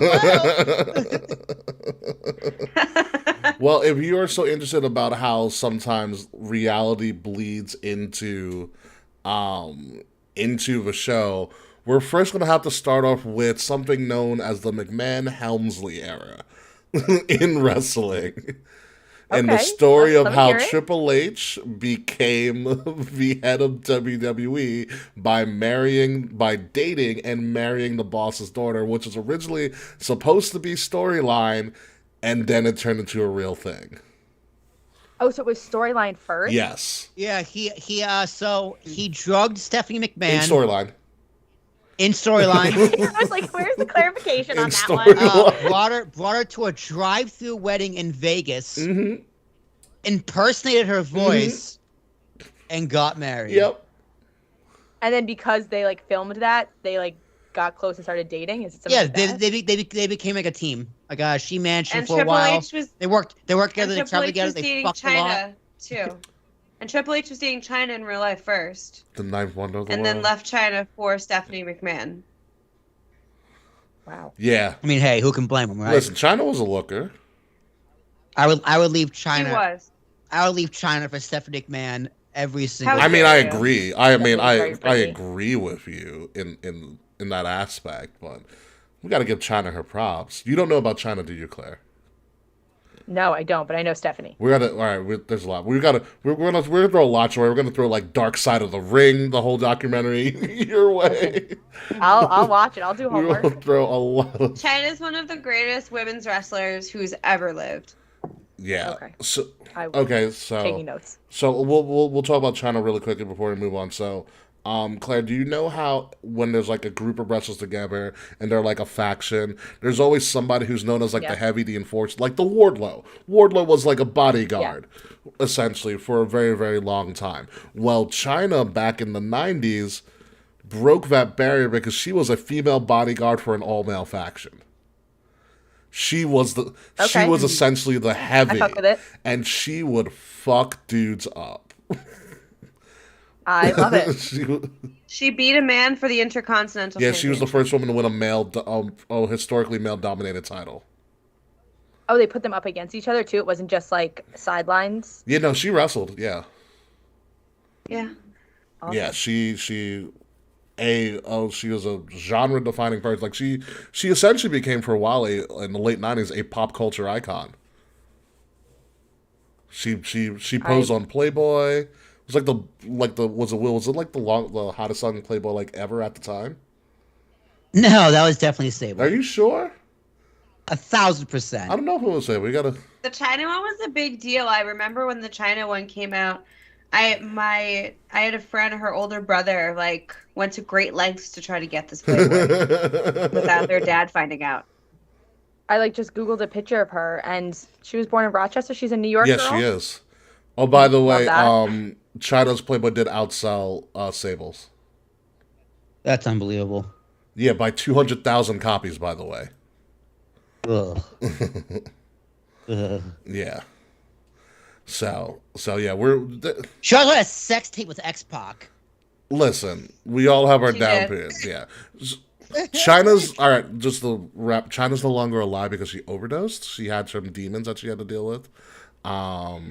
It's Which can arguably be stemmed by Triple H leaving her for Stephanie McMahon and her spiraling into substance abuse and then getting fired from WWE. her substance abuse issues were actually prior to her joining WWE, so they were long-standing. It came out. Yeah, It came out in okay. the A&E documentary about DX. China's mom is on the show, is on the special, so she talks about that. So her long-standing issue. She had issues before that, and I believe from what her mom said, it stems from her addiction-ridden and alcoholic father. I'll do it. That makes Yeah. sense. China and Prince died on the same day, Taquan? Where do you know this What? knowledge? What? I gotta give that a go. Like, same Yeah, you day, got to same fact check year. that. Wow. No way. April 17th, 2016. Dude, she kind of looks like Sarah Silverman in this picture. Who, China? Yeah, April 17th, 2016. When Prince. did Prince die? April 21st, 2016. You fucking liar. Whoa. You liar, scared us, Taquan. Taquan. Like a week apart. Loser. This is the first time Taquan's been wrong about one thing. We're just never... I believe you. Okay, let's move on to some other stuff in wrestling. Obviously, AJ Styles and Bobby Lashley fought for the U.S. title. And Will, can you believe it's the first time they've ever wrestled each other? I know they were both. Ever? Actually, no, that they weren't in TNA at the same time. No, they were in the same company at the They same time for that just long. missed Yeah. each other. They always just missed each other. Yeah. They need What a yeah, match. they need a number one. I want a number one from them. I really do need a number one from them because they what a match. What a great match. But obviously we still have crazy ass Dexter Lumis who is still gone unexplained about What'd he what do? he's doing. Dexter Lumis attacks the announce team. Interesting. So well they didn't cut that on Hulu Raw, did they? I didn't get that far in the Raw. So I didn't finish it. So I So don't know. Dexter hops the barricade and goes after Cole. Dexter wasn't there last week. Put it that way. So probably not. Yeah, so I don't know the angle they're going to be at, but Dexter literally jumped the barricade and tried to attack the announce team, and they are not addressing it, which is brilliant, but it's also like it makes you want to have them address it in some way, shape, or form, which is the perfect part of his story. It'd be a lot cooler if no one knew who he was. Now, a lot of people don't know who he is, right? But like WWE is saying it's Dexter Lumis, it's Dexter Lumis, it's Dexter Lumis. What is he doing? So like, what is this leading to? I mean, I love it. I don't know, dude. Maybe he's just gonna just do like stencil art again. Yeah, just to fill you in, Claire, as well. Dexter Lumis is a character that was created on WWE's essentially their minor leagues called NXT. And Dexter Lumis is a mute. He doesn't speak really. He's a mute. He's pale, and he has eyes like a serial killer He's a great mustache and a great mustache. I'll give you that. A Great fucking quality. muff- Great qualities in a muff man. dust. Eyes like a serial killer. Really, really, really, really tight one cut on the sides. And Got married on NXT. got married. He doesn't walk into the ring. He slithers into the ring like he walks on his knuckles. It's really weird, but like it's him. You get used to it. If it works. And surprisingly, very good artist. Like fantastic drawer. Not surprising at all. Do they do promos with him and he just doesn't speak? They just pass the microphone and just nothing? So a lot of the times when he's done promos, he just shows you pictures that he's drawn. Oh! It's even better. And so he was originally fired a couple of months ago. And so when he got fired, he went to Twitter and he had drawn a picture of like Vince McMahon and Triple H and like gave a thumbs up to the camera as his way of saying thank you. Oh, all right. Always in character. Yeah, he's always in character, which is really crazy because like I think before he started showing up on Raw again, he was on NWA TV as I forgot what his Was he talking I there? don't know actually. But he was under Have you guys ever heard his voice? once. Was he Samuel Shaw? He was Samuel Shaw, yeah. He was his real name. Yeah, that was his TNA name. Yeah. I think he talked once during his wedding, I think, right? I think he said I do. He said I do. I feel like you remember in Orange is the New Black, there's like the character that never ever speaks. Yes. I was in the city once, like passing, and I passed her. She was on the phone, and I like freaked out because I'd never heard the voice before. And it's like, you know what I mean? You like make up. It's like when you're reading a book, what you think someone would sound like, and then you actually see them, whatever it is in person. You're like, oh my god, that's what you sound like. I feel like, but I would need to know. I would need to know what they sound like. Yeah. Yeah, so that oh my god, it's the Dexter thing is really interesting. I want to see where they go. I want to see because like they have all the ingredients to bring back the way. Will They No, really do. I don't know if I want that. do you why do you don't want it on the main or do you want to keep it down in like NXT I like Theory what he's doing right now. main eventing with Dolph, which is what he needs to get himself over as a performer. Yeah, I think he's doing good. I think he's doing good work. He's in the now. right spot. Yeah. He is in the right spot. So that's pretty much all we have for the show today. But before we end our show, obviously, we are going to do our Future Shocks. Our Future Shock segment, Claire, is when we try to predict a future part of wrestling, like what might happen in the future for some subject matter. And our Future Shock that we're dealing with is Will's favorite person to talk about, Vincent Kennedy McMahon. And I don't know, Will... How do we have another thing about him? No, there's nothing, but I just want to do this because Will's on the show now. Oh, thank God. Because we talked about this last week. week, hey, and Will, I don't know if you were updated on the Vince McMahon news, but they found more payments. Yeah, 2 more people. Yeah. $12 million.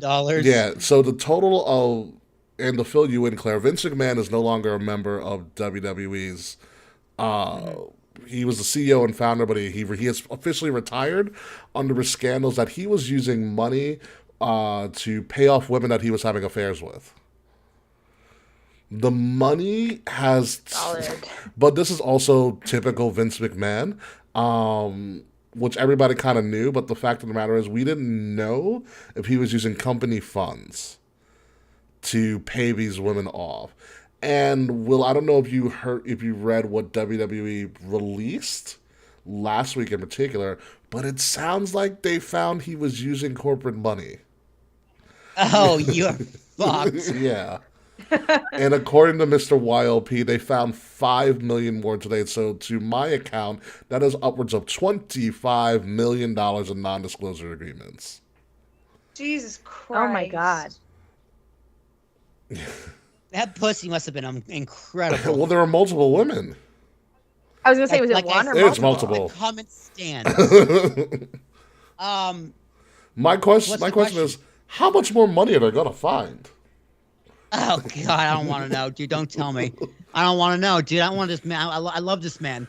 He is everything about wrestling. He's the greatest thing about godfather of wrestling. modern day wrestling. The way we see wrestling today, AEW included, is based off of the ideas that Vince McMahon did, and no one can take that away from him.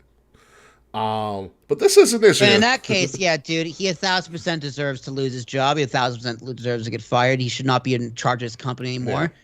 Because dude, you can't just be using corporate funds for Because that. Like the that, only reason I say Braun that, Strowman could have stood a job. yeah, the only reason I say that is because the way that they worded, they're saying that they found this money and Vince McMahon, or like we have the money, or they said, or Vince McMahon will have to pay it to us. So that insinuates that he was using funds from somewhere. Yeah, because if it's using his own personal money, there's no need to pay the company back. But using company But funds. yeah, they're alluding that he has to pay the company back. I mean, in reality, I don't think WWE is going to sue Vince McMahon. No, I don't think so. Because what's Stephanie's going to sue her dad? Please. God.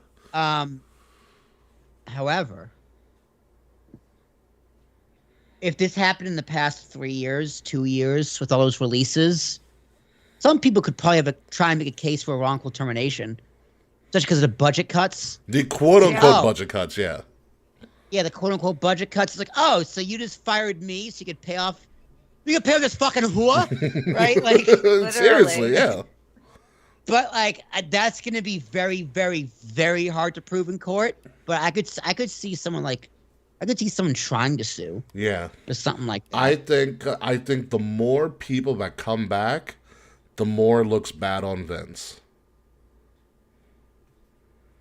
Oh, that's interesting. What makes you say Because that? think about all the people that they said that were terminated because of budget cuts. Hit Row being one of them, and Dexter Lumis being another one, and Dakota Kai being one of them. And we believed it for a while, even though they were having record profits during a pandemic. Oh yeah, that was because of the pandemic. They're opening up again. Yeah. The cost of going on the road, which is all very, very valid. But also, we don't know when these payments were made. This is also true. Yes. A lot of them were like in the early 2000s. When Vince's dick still worked. Listen, he's a genetic jackhammer, as he used to call himself. I mean, I'm sure his dick Balls still the works all the size time. of grapefruits, and they only get bigger as you get older, as everybody knows. Yeah. Yeah. Don't want to know. Oh, it's called the Attitude Era. Here's a lot you have to learn. It's a lot you missed from, Yeah. from the 90s. 90s wrestling. The late 90s wrestling is really entertaining for all the wrong reasons. 97 to 2001, baby. The glory days of wrestling. Yes. 97 is when I was born. Yes. So Jesus. 97. I'm no longer the baby of the podcast, Yeah, guys. I was born. Finally. yeah, congratulations. Well, you moved up a rank in the totem pole. Getting up, baby. Yes. Yeah. There was a porn star in wrestling. Well, that's his character was a porn star. He was great. Val Venus. man. Hello, Ladies. That was his tagline. Yeah.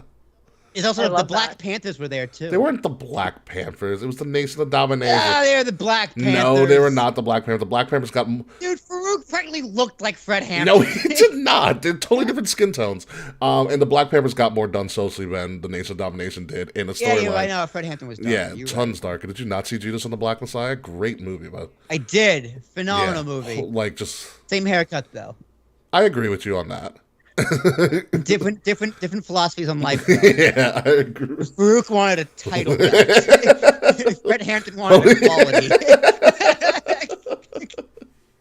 Do you also see where Seth Rollins steals his visionary revolutionary line from? Dude, that does piss me off me though. me too, a little bit. I'm like, really, dude? It's like Seth. Colby. Come on now. I'm calling you Colby. I'm calling you by your God-given name. I know you saw the movie. I know you're technically a Lopez. So you're kind of minority. But you're also from fucking Iowa. You're All right? Come on now. stretching there, Seth. Yeah. Yeah. It's like, you are not a revolutionary. You're not a visionary. You're a bad dresser. You're just some dude who grew corn. You might as well take it. I'll build it and you'll come. That would have been better. Wow. Okay. So everybody in the comments is talking about all the crazy stuff that happened in wrestling during the time you. Chubby Pete. Yes, we almost chopped somebody's dick off. We almost chopped the porn star's dick off on TV. That was great. Giving birth to a We gave hand. birth to a The hand. whole train, We had the right to censor. There was a character known as the Godfather, where he was a pimp, and he would come out with a line of scantily clad women in every city they The Hoe went Train. to, and it was called the Hoe Train. And I'll tell you, it was one of the most entertaining parts of the show every fucking week to see how many women he would come out with. Some of those women became wrestlers, like Lita. I had him sign my pimp book. Did I forget who wrote. I forget the actual. Pimp Iceberg wrote the Slim? book. Iceberg Slim. I literally bought that book because Dave Chappelle told us to. It's a good read. That's a phenomenal read. He had a very interesting life. That man, that pimp ass motherfucker. Yeah. Beaver Cleavage was a really weird segment. That's a beaver cleavage. I don't know if that's a name or what It was that is, about but Leave It all to right. Beaver. It was supposed to be mocking Leave It to Okay. Beaver, but Beaver was obsessed with his mom's cleavage, hence Beaver Cleavage. All right. This is the things we got away with on TV. And then don't even talk about D-Generation X or the NWL. That's a whole nother story. Suck it. Yeah, dude. Back when TV was fun. There was a Judy Bagwell on a forklift match in WCW. There was a Judy Bagwell on a forklift match in WCW. And a Viagra. There was Viagra on a pole match, too. I know Claire's looking at us like, why the fuck do you guys still watch this? No, I'm like I'm just crazy. You guys remember like all of these crazy things that have happened. Oh, I don't, but people in the comments are remembering it for us. Yeah. I do. Yeah. We also had a cattle prod. We had a cattle prod. We had Big Show's funeral, which is ironically sad and funny at the same time. We had Big Show's dad funeral and a former cop, like chaining the coffin and driving away on a pickup truck. Big Show, who's a legitimate giant, running after it, diving on the casket and missing and falling off. No, wasn't he dragged on the casket for a while? He might have been dragged in the casket. Then we for a had the while. Katie Vick situation where Triple H. We had Triple H fuck a corpse in a cane. Yeah, box. that was a weird one.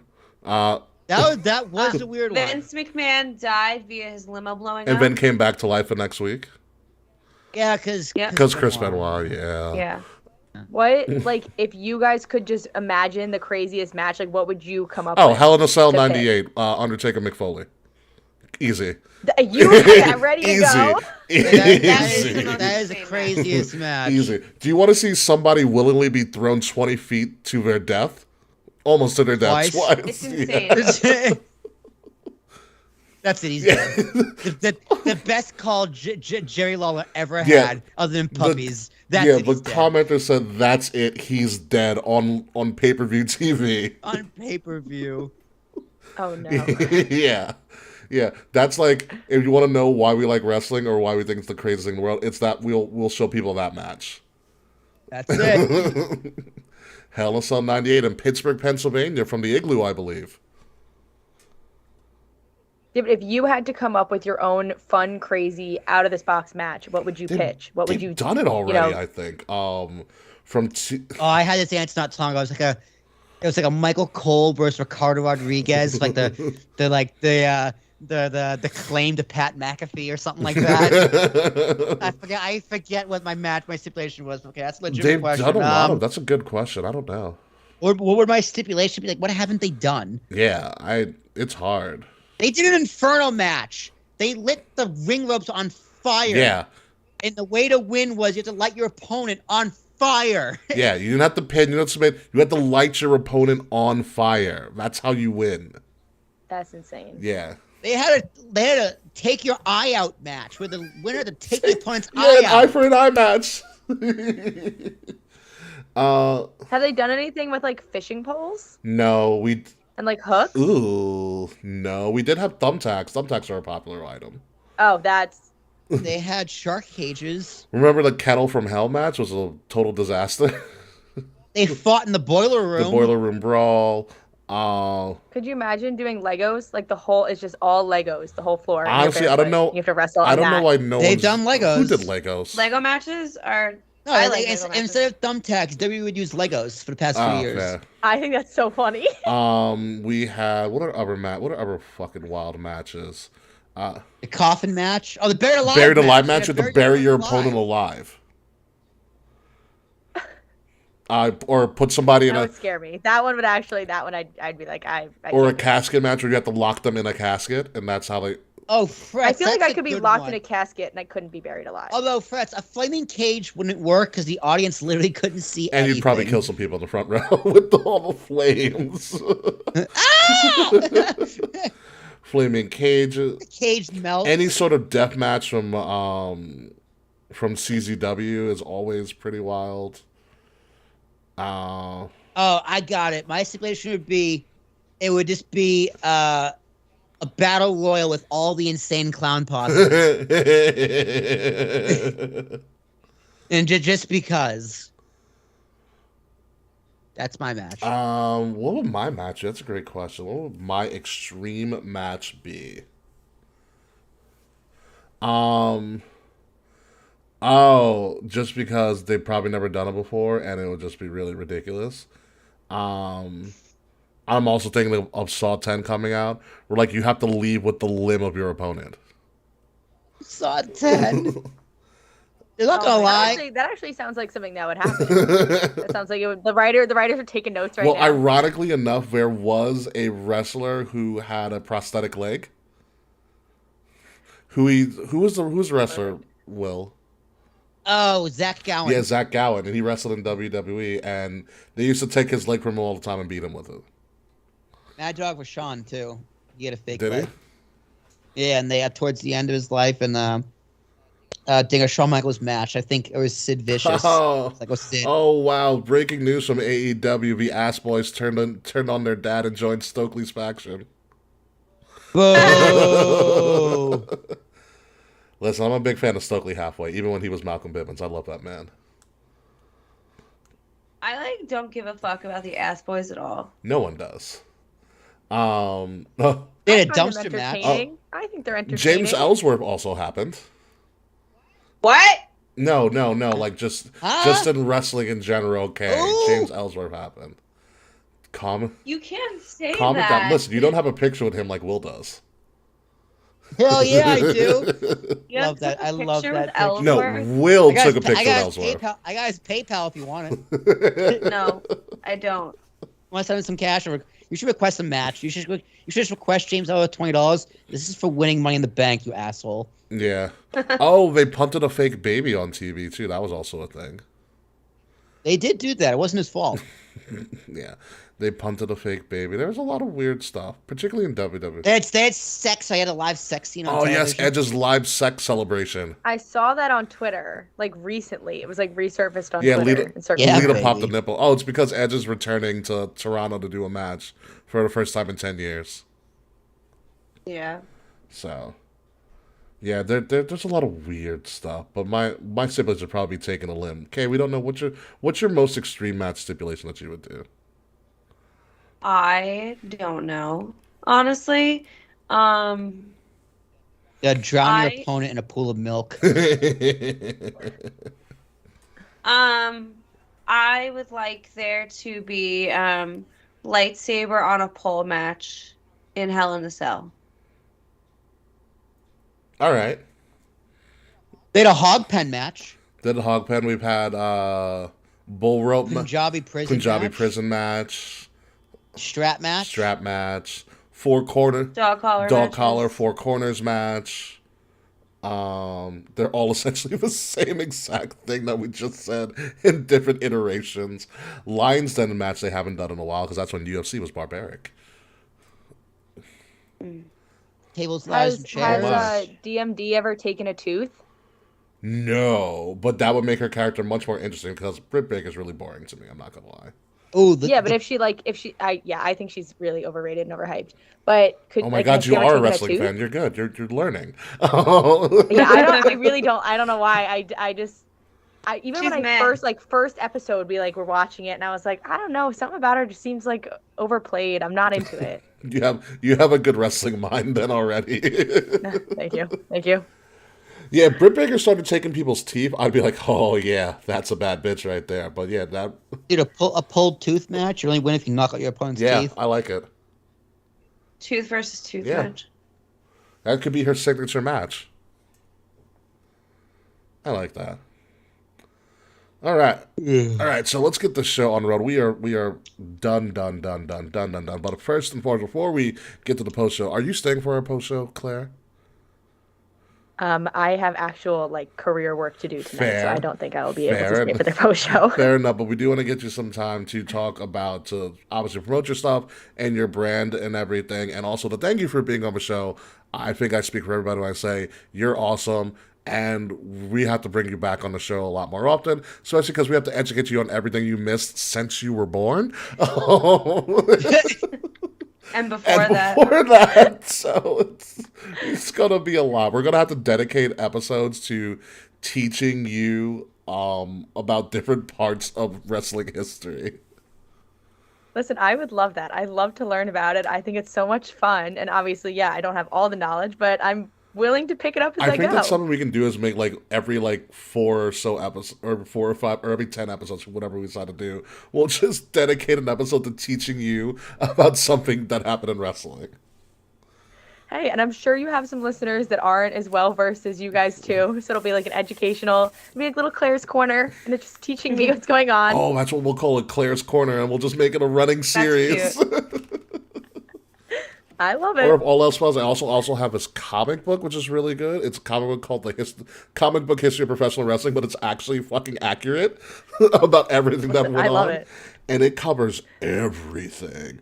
Even when, oh, that's right, The Undertaker did sacrifice Steve Austin that one time. Sorry about that. I just remembered that. That did happen. Don't look at me. He sacrificed Steve. He tried to sacrifice Stephanie. Where to, Stephanie? That's a great one. It's a great one-liner. But yeah, so before we start going off on another tangent, please, the floor is yours, Claire. You can promote anything you want. Where can they find you? All about hot stuff. Go right ahead. Okay. So once again, hi, I'm Claire. I go by American Mondale. You can find me on Instagram by @AmericanMondale, Twitter, Tweetin, TikTok, American.blonde.ale, and I have a website, Make Everyday Happy. I post blogs 2 or 3 times a week. I post TikToks all the time. I just have a ton of fun, beer, beyond, thrifting, everything under the sun. And now wrestling. Gonna get more into it as I go, and thank you so much for having me, but follow me and we'll stay tuned online. Yes, it was a pleasure that you took the initiative to kind of just randomly up and talk to me, but I think it worked out the best for everybody. So we definitely love to have you back on. So without further ado, let's hit that music and let's get out of here. There we go.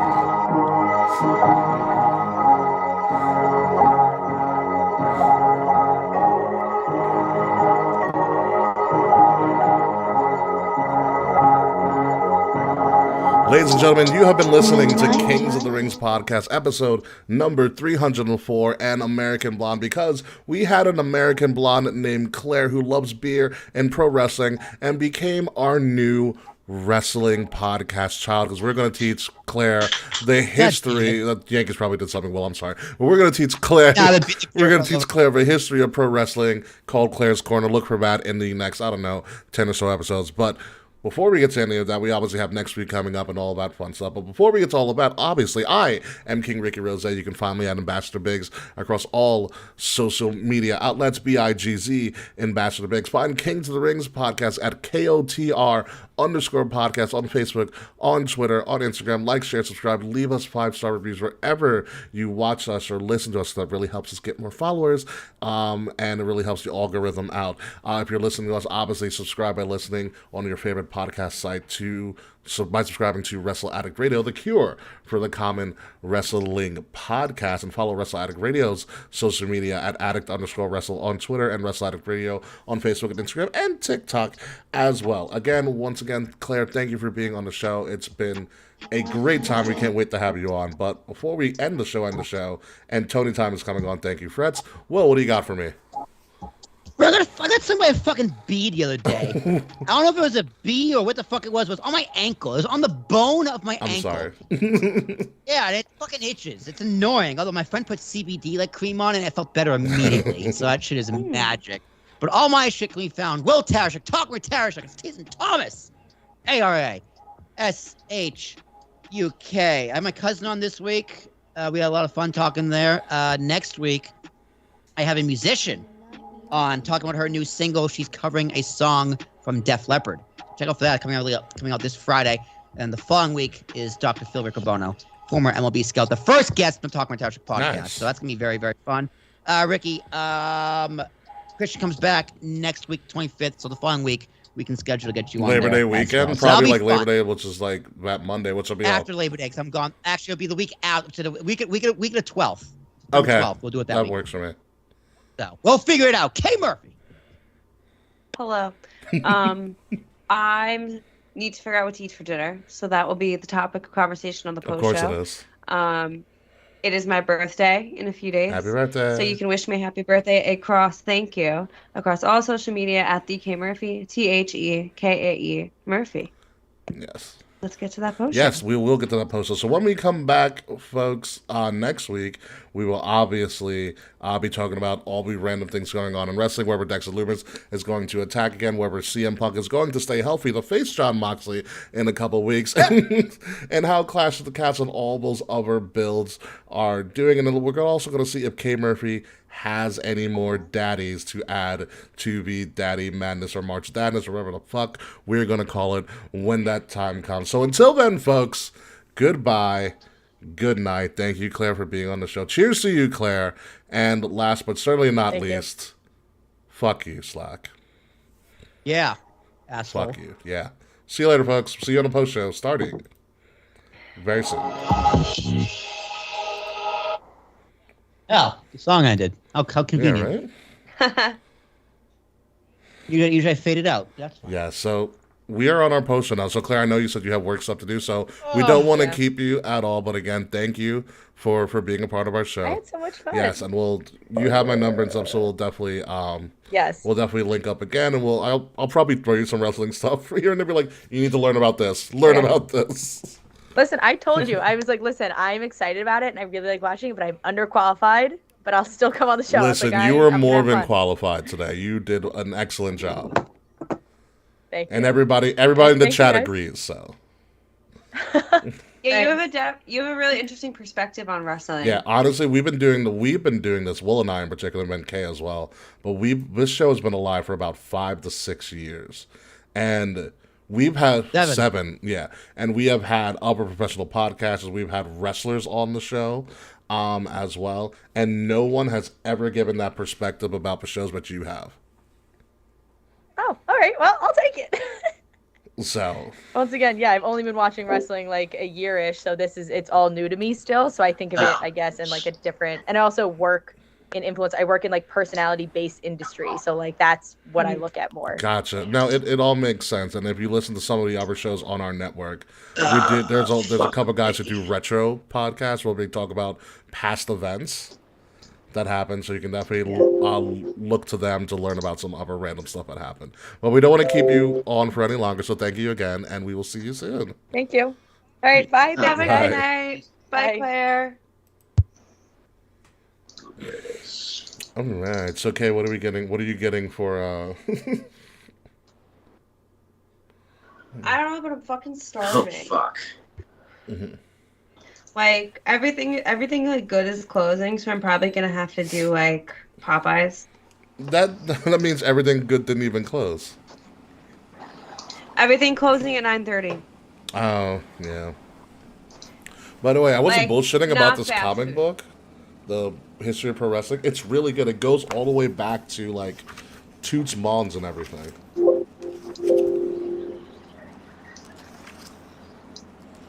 All right, classic chicken sandwich combo.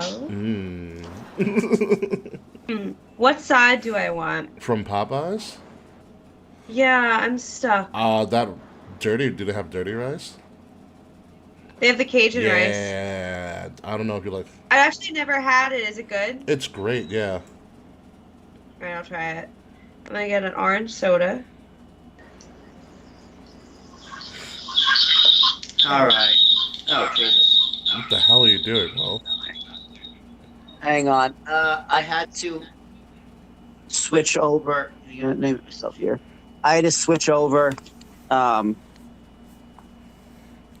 my video? Why is my video being weird? I'm on my You're phone. on your phone. Yeah, you're on your. I'm on my phone here, but I should still be on. I turn video off here then. Yeah, it's like you're. Oh my god, they have desserts.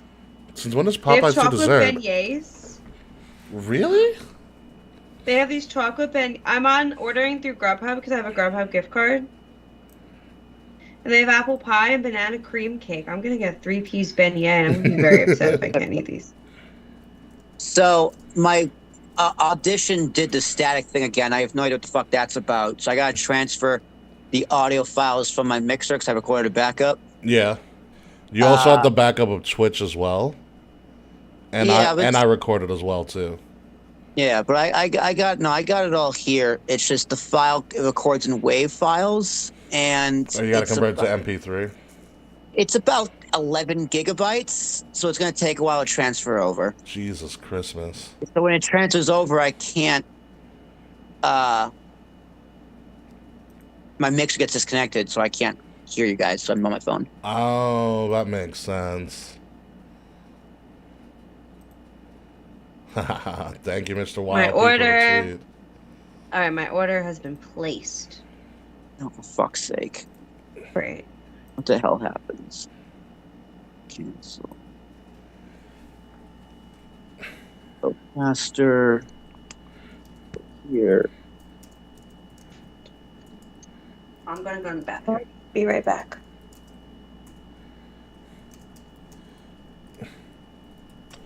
You know, I gotta figure out what the fuck is going on with this. I got to uninstall and reinstall Audition because this is getting fucking ridiculous. Yeah, it just gets worse every fucking week.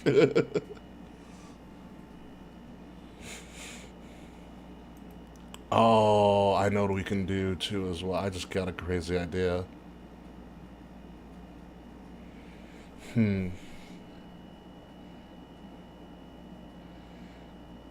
Well, what if we had Claire be our merch model? We could do that. I have to update our stores, everybody. Like, everybody else's stores is done. I have to do ours. It's just, there's a lot of shit that got in the way the last couple of weeks. Yeah, what the fuck is going on with Windows right now? Yo, listen to this tweet that I found. It says, AW fans are shocked when Excalibur is unmasked, and it's been revealed he was Jim Cornette in disguise all along. Oh my.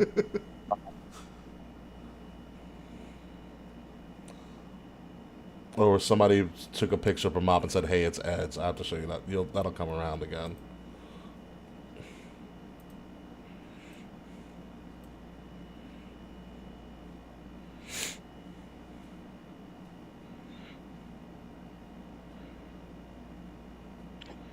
What the fuck is going on here?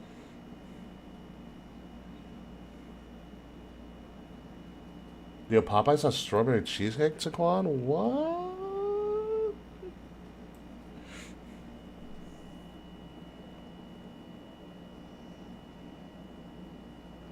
It just started fucking pouring out of nowhere. I'm not surprised by that. I heard there was going to be, like, rain coming soon. Good, we need the rain. Yeah, we do. Yeah, apparently. Yeah, like my therapist told me to like New York City's in like drought territory. Yeah, we are. We should start doing the chicken noodle soup dance. Let it rain, clear it out. Oh my god, we learned how to do that dance in gym class in 11th grade. Wow. What a weird gym class. Well, I took in 11th. Where's my hoodie? I'm cold. Here it is.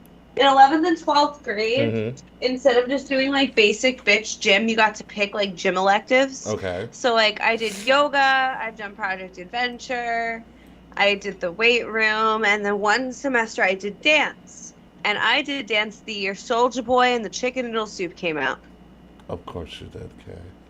So I learned in school how to do the Soulja Boy. Like Soulja Boy was in the curriculum. Nice. Yeah. So, Fred says the main event of AEW is next. Buck's mystery partner will be revealed. Kenny. Well, I'm gonna turn my TV on. Back from making a really, really bad video game, Kenny Omega.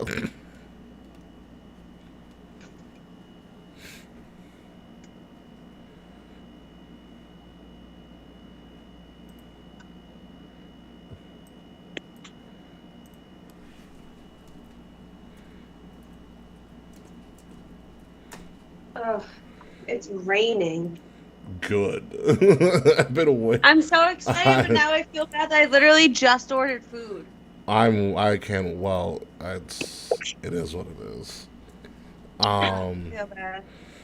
It's fine. I need to go grocery shopping this weekend so badly. Same. That's why I'm ordering dinner right now. Yeah, I'm on the last of my food. Like, I get paid tomorrow, which is going to be great. It's like my weekend's going to consist of grocery shopping and Madden coming out. Oh, good. Oh my god, I have to log back into fucking CBS. Are you joking? TBS.com. No. Are we doing trivia today? Do you want to do Bad Bunny trivia? I will not do well. No, absolutely not. I like Bad Bunny, but I don't know anything about him besides that his name is Benito. He's from Puerto Rico, and he is a good wrestler. It's either Bad Bunny trivia.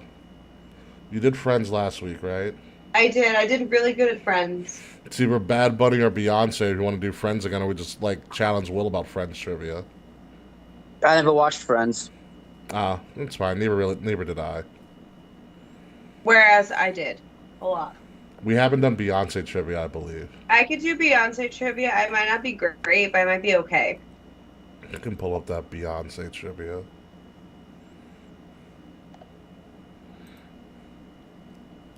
All right, good. I am logged in. CBS.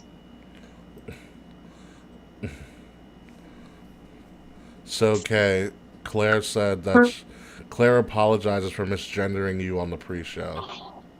Oh, totally okay. I didn't tell her beforehand. Yeah, I should have also told her to be like, oh yeah, we have Kay who's gender non-binary and they're their pronouns, but it happens.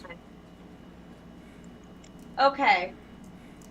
Justin Roberts is out with a piece of paper, and the Bucks are here. He's out with a piece of paper. All right, I want to hear his play-by-play before we pull up Beyonce trivia. Hold on, what is he saying? I know who it is. Fred just ruined it. I'm not looking at it.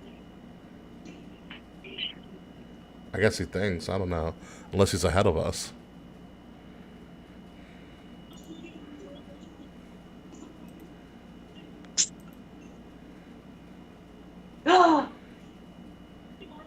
What's the reveal, Kay? Hold on.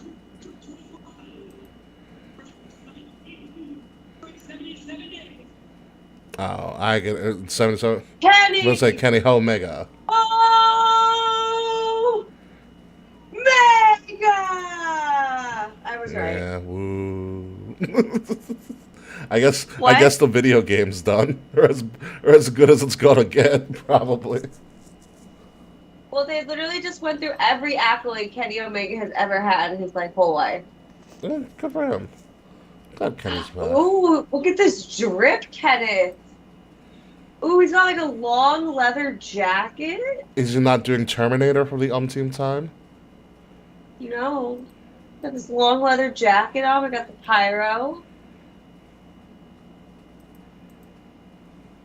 So we know they're gonna win now. Well, yeah, didn't like Adam Cole and friends also break up from the Bucks too? I think so. So I think that's If what they did, I didn't catch it. I think that's leading to. Well, because the Young Bucks were trying to find a third partner, and like they asked Hangman, and Hangman's like, no, like fuck you. Question: Did we ever do Do you ever do I Love the 2000s trivia? Did we do about decade trivia? With you I guys? would do that. I would totally do that. No, we have not. Oh, we didn't do that, did we? No, I'll struggle. I Love the 2000s.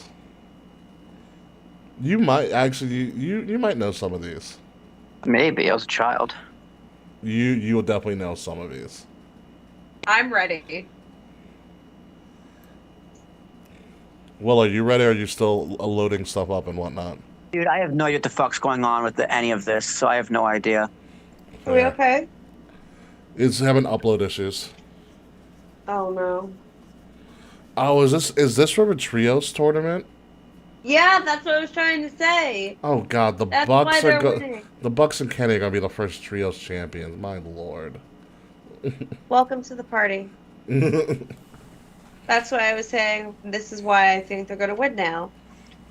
And, I think Kenny's thing is a Game of Thrones kind of thing because the sponsor is the House of Dragon because that starts on Sunday. Yeah, they have been whoring themselves out. Game of Thrones. They're trying to go everywhere with their sponsor. I know that the last season was a bitter disappointment, but I'm really excited about this new Game of Thrones show.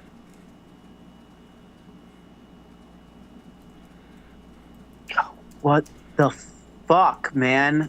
These files just are not gonna do anything.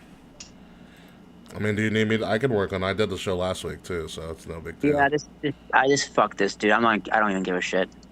All right. This is retarded. I will work on it, and all of that fun stuff.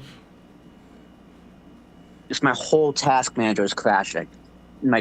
Everything is just about to crash. Wow, that's Oh no. weird. That is very, very weird.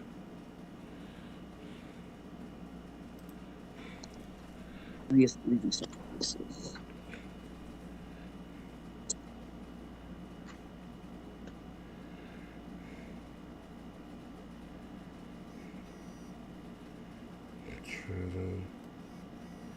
Ooh, Stanton can return next week. Yay.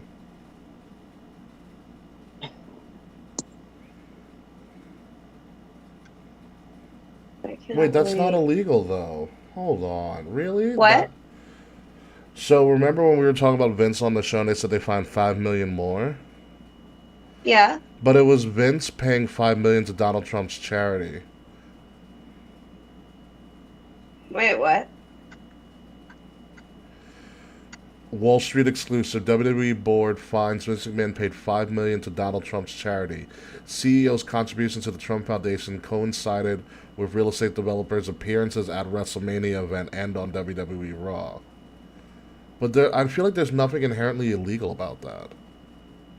Yeah, nothing illegal about giving money to charity. Yeah. Unless Donald Trump isn't, it's not an actual charity. Well, yeah, knowing Trump, it might actually be a charity. Did you hear the shit about his ex-wife? No, what The happened? one that's dead. Yeah, she's buried on one of the Oh, his golf course. his golf course, so he doesn't have to pay taxes on her, or something like that. Amazing. What an app. Yeah.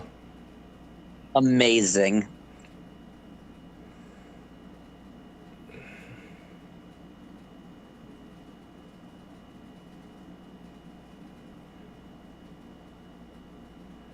I'm so ready to eat. So according to what I can see in the Wall Street Journal, because I have to fucking, I'm not subscribed, but they're saying that in securities filings this month, WWE said that the roughly $20 million that came out of Mr. McMahon's pocket should have been disclosed because the transactions benefited the company he ran. So he didn't use the money, he didn't use WWE's money, but since it was a benefit to the organization in a weird actual way, he still should have disclosed it. Well, yeah. Yeah. Yeah, said while the bulk of the payments went to women who accused Mr. McMahon and another WWE executive of sexual misconduct, the company said in the filings that the $5 million was unrelated to such allegations but didn't state its purpose. Excuse me, I have a breaking news announcement. Mm-hmm. I probably missed this when I was going to the bathroom, but Punk and Moxley are facing each other next week to unify the championship. Why would you do that? So I'm not coming on the show next week. This is why Austin walked out of WWE that first time. You don't... I don't know why, but I just saw it on this wrestling Instagram that I follow. Make sure that's official, like official as a whistle, because again, why the fuck would you do that? That is your money match for your biggest pay-per-view of the year. You do not waste that on TV. Let me see. Well, I'm looking at the graphic on Twitter now. I'm looking for AEW's Instagram. I mean Twitter, I'm sorry.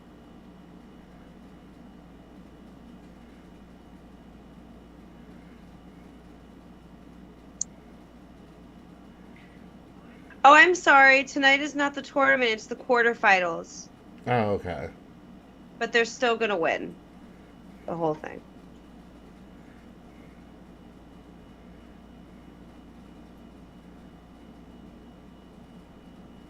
Where is this announcement? Because I don't see it on their Twitter, but I'm seeing it on other people's Twitter. Mm-hmm. Dude. What? This Windows Explorer just can't. I don't know why I can't handle this. That is very weird.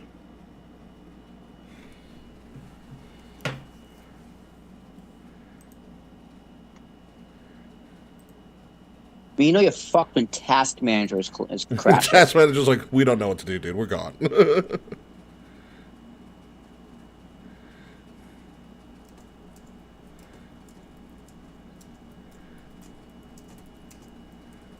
Yeah, what the fuck is this mixer doing to my computer right now?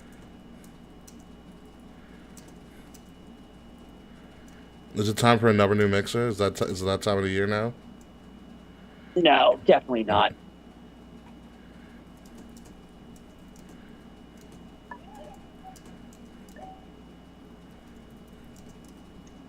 There are like girls I screaming don't- on my block, and I have no idea what this is.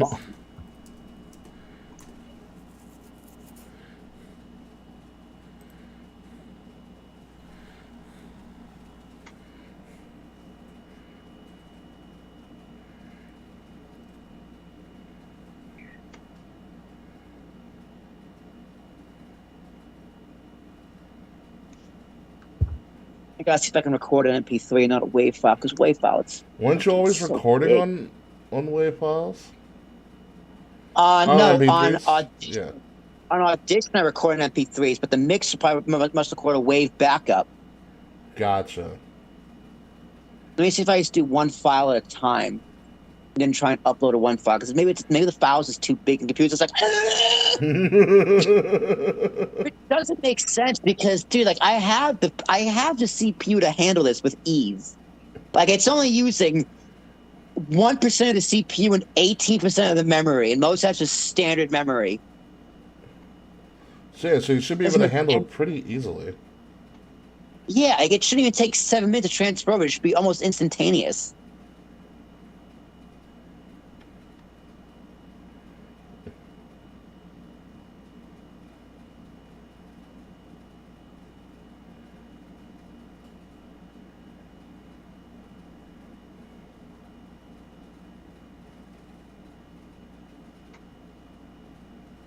Meantime, let me uninstall Audition.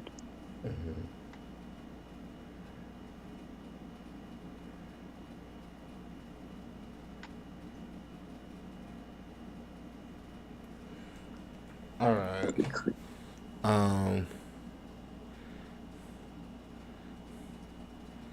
I can't wait till She-Hulk debuts tomorrow. Very excited for that.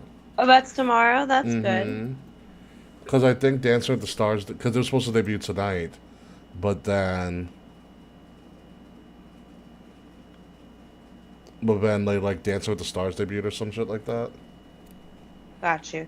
I'm listening. I'm just putting this in the kitchen. Oh. Heath is fine.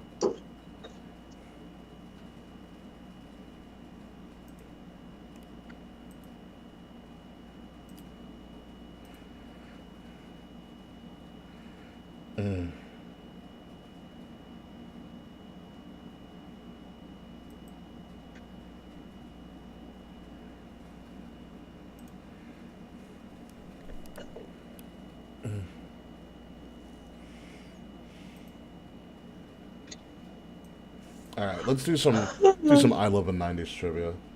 Or I Love the 2000s. 90s or 2000s, my bad. 2000s.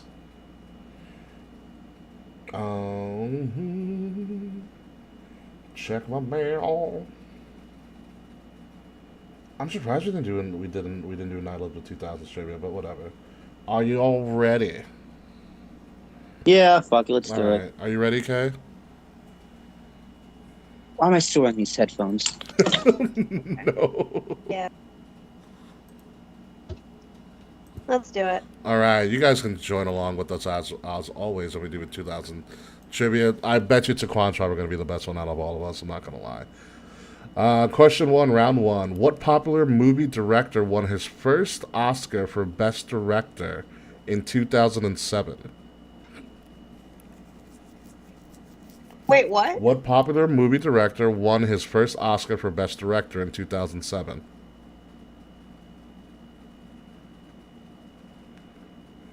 Ooh. Good question. Best director in 2007. I want to say it's Christopher Nolan. We'll find out. Okay. Ready to move on? Yeah. Will, I'll be mad if you don't get this one. What baseball player hit the most home runs between 2000 and 2009?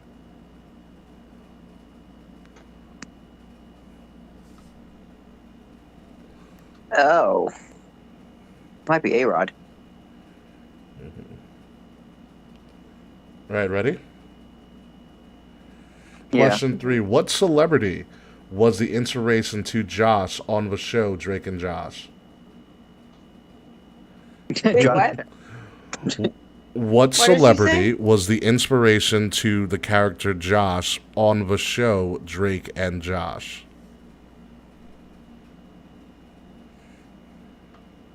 Like, who was their inspiration? Like, the character's Correct. inspiration. Okay. Question 4. In 2003, the World Health Organization issued a global alert for what disease? In 2003? Oh, bird flu?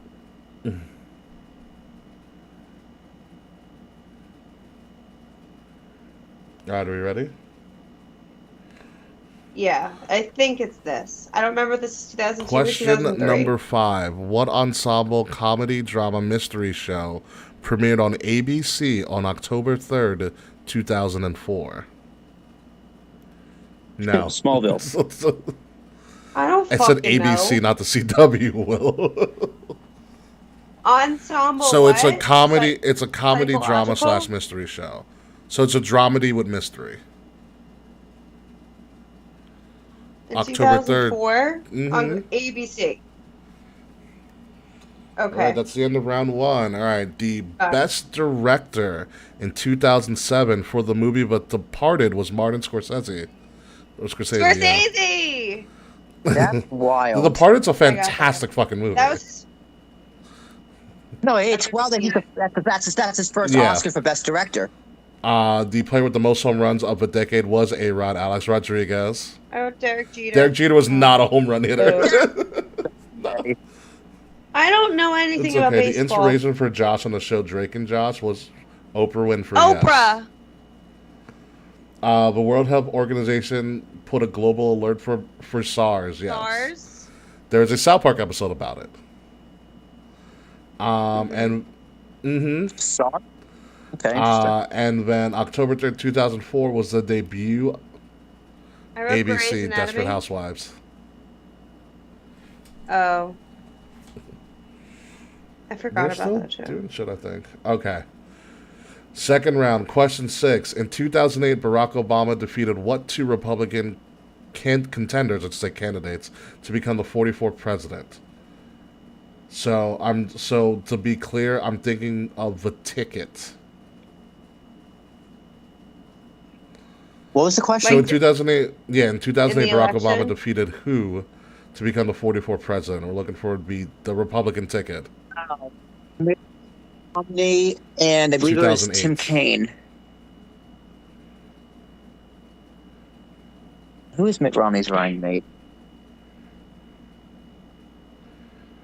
No, 2008. Oh, that was McCain. Palin. Yeah. Okay, question 7. It pains me to say this. The Boston Red Sox finally won a World Series in 2004 by defeating what team?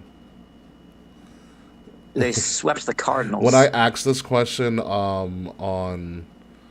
during trivia, I was like, the Boston Red Sox cheated. I mean, won a World Series championship.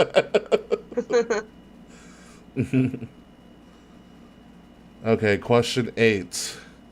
What Fox drama from the 2000s featured characters known as Nina Myers, David Palmer, and an anti-terrorism computer whiz named Chloe?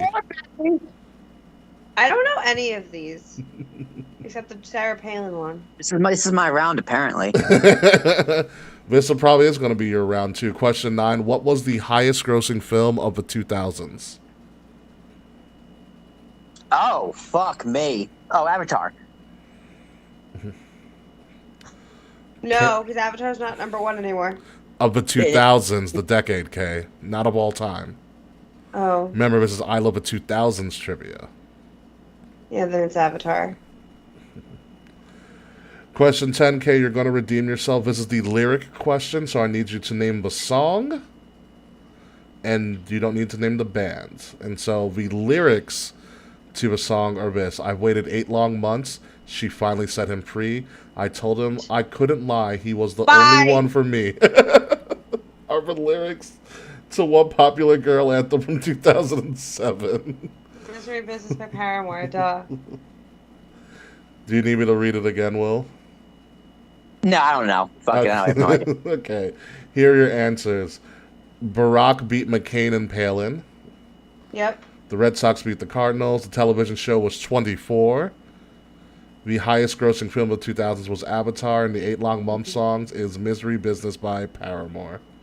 Yep, got it. I knew that would make you happy, Kay, as soon as I started reading the lyrics. Okay, I round... want my chicken. I'm sorry, Kay. Question 11. In 2002, Halle Berry became the first African American woman to win an Oscar for Best Actress for what film? I think it's this. I remember that. Oh, everybody remembers why she won. What was it? One more time? In 2002, Halle Berry became the first African American woman to win an Oscar for Best Actress for what film? Oh, fuck, Halle Berry. You should. What? What year was it? 2002. 2002. It wasn't Crash. No. She wasn't in Crash, was she? She might have been. I don't believe she was in Crash. She was not in Crash. Crash sucks. Movie's terrible. And no, Mr. Fretz is not Catwoman. No one's winning Best Actress for Catwoman. Imagine. Okay, question 12 is a quote. So I'm gonna read the quotes. It's a funny one too. So the quote is, "How ridiculous would it look if I was really serious about kicking Moby's ass?" Is a line said by what entertainer in 2003? Okay. Again, the line is, "How ridiculous would it look if I was really serious about kicking Moby's ass?" Is a line said I'm by like almost positive I know who this is. a line said by what entertainer in 2003? Not many people had beef with Moby, but there was one in particular that I'm like did. 99% sure I have this correct. Question 13. In December of 2001, Enron went bankrupt with all of its employees, vacating its headquarters located in what city? Okay. Okay, question 14. What acclaimed television drama won the Emmy for Best Drama Series in 2003?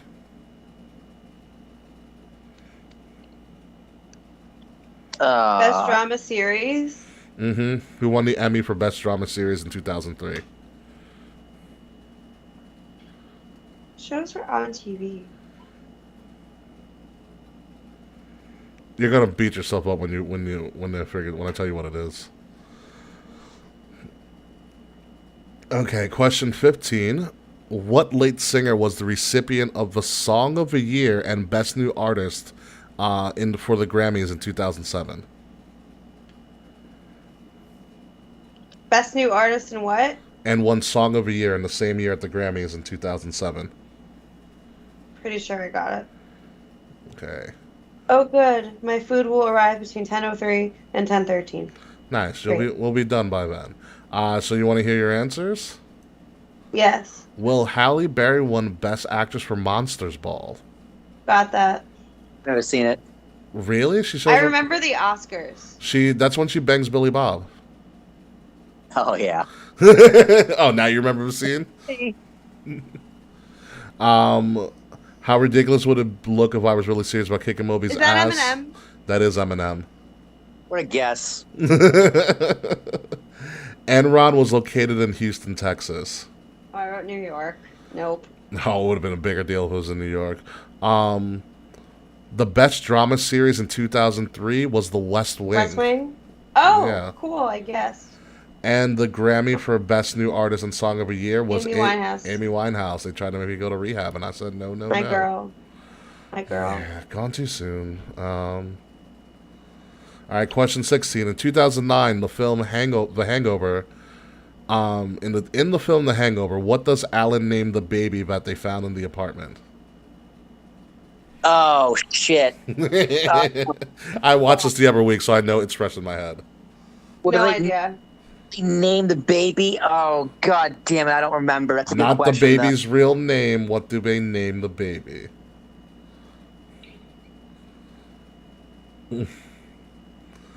Okay. Question 17. What Southern rap duo were co-featured on the song Big Pimpin' by Jay-Z? TLC. Yes, because they were a Southern rap duo. Hold on. Yep. They were not. Hello. Food's here, All right, I'll be Kay. right down. Thank you. Bye. We'll wait till Kay gets back with their food.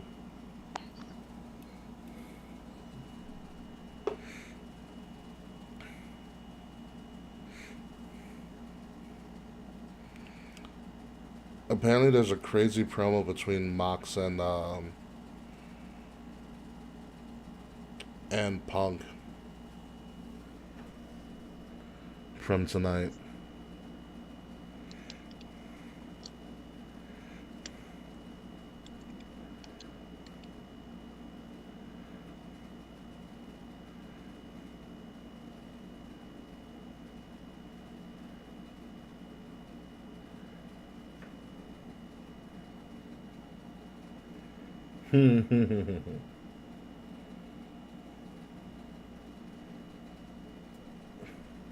Now I have Amy Winehouse stuck in my head. I'm not gonna lie. No. It's an addicting song. I totally forgot Taquan says this. So top tier Taquan says, to this day, I still wonder why Kenny Omega wasn't one of was the wannabe NJPW cameo bosses in Yakuza.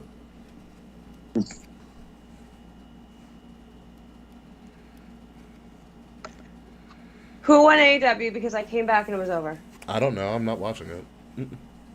Viewers, listeners. Fretz will tell you. Who? Mr. Fretz. All right. Who Are you ready to continue with question 18? Okay. Yes. Let me just secure my soda. Okay. Orange soda? Fuck yeah. Nice. The Elite right. won, by the way, Kay, because of course they did. That's what I thought, but I wanted to be sure. Gotcha. Yeah, obviously they won. Yeah. All right, ready, Kay? What number is this? Question 18. Okay. So 17 that said, what was the sub and rap duo featured on Jay-Z's Big Pimpin' song? So question 18 is this. In 2005, Pope John Paul II died, which paved the way for what pope to be selected to take over? And we just need the name. We don't need the number. Great. Francis? Pope Francis? Can't tell you. Wow, Fretz's opinion, Kenny did not look good. He should still be on the shelf. Oh, strong words, Fretz. Yeah, I didn't really pay attention to the match. Question 19. You should get this one, Kay. I believe you should get this one. What 2000s drama took place at Princeton Plainsboro Hospital? Grey's Anatomy. I've never seen a single episode of that show in my life, but I'm assuming it's Grey's Anatomy. Ironically, Princeton Plainsboro Hospital is a real hospital. It's not Grey's Anatomy either. It's not. Tommy was born. My friend Tommy was born there, Will. So it's another hospital drama. Oh, it's probably a house. Hmm? It's probably a house. What, Plainsboro Hospital? No, it's a real hospital. I know, but they're saying it probably takes place in a show house. All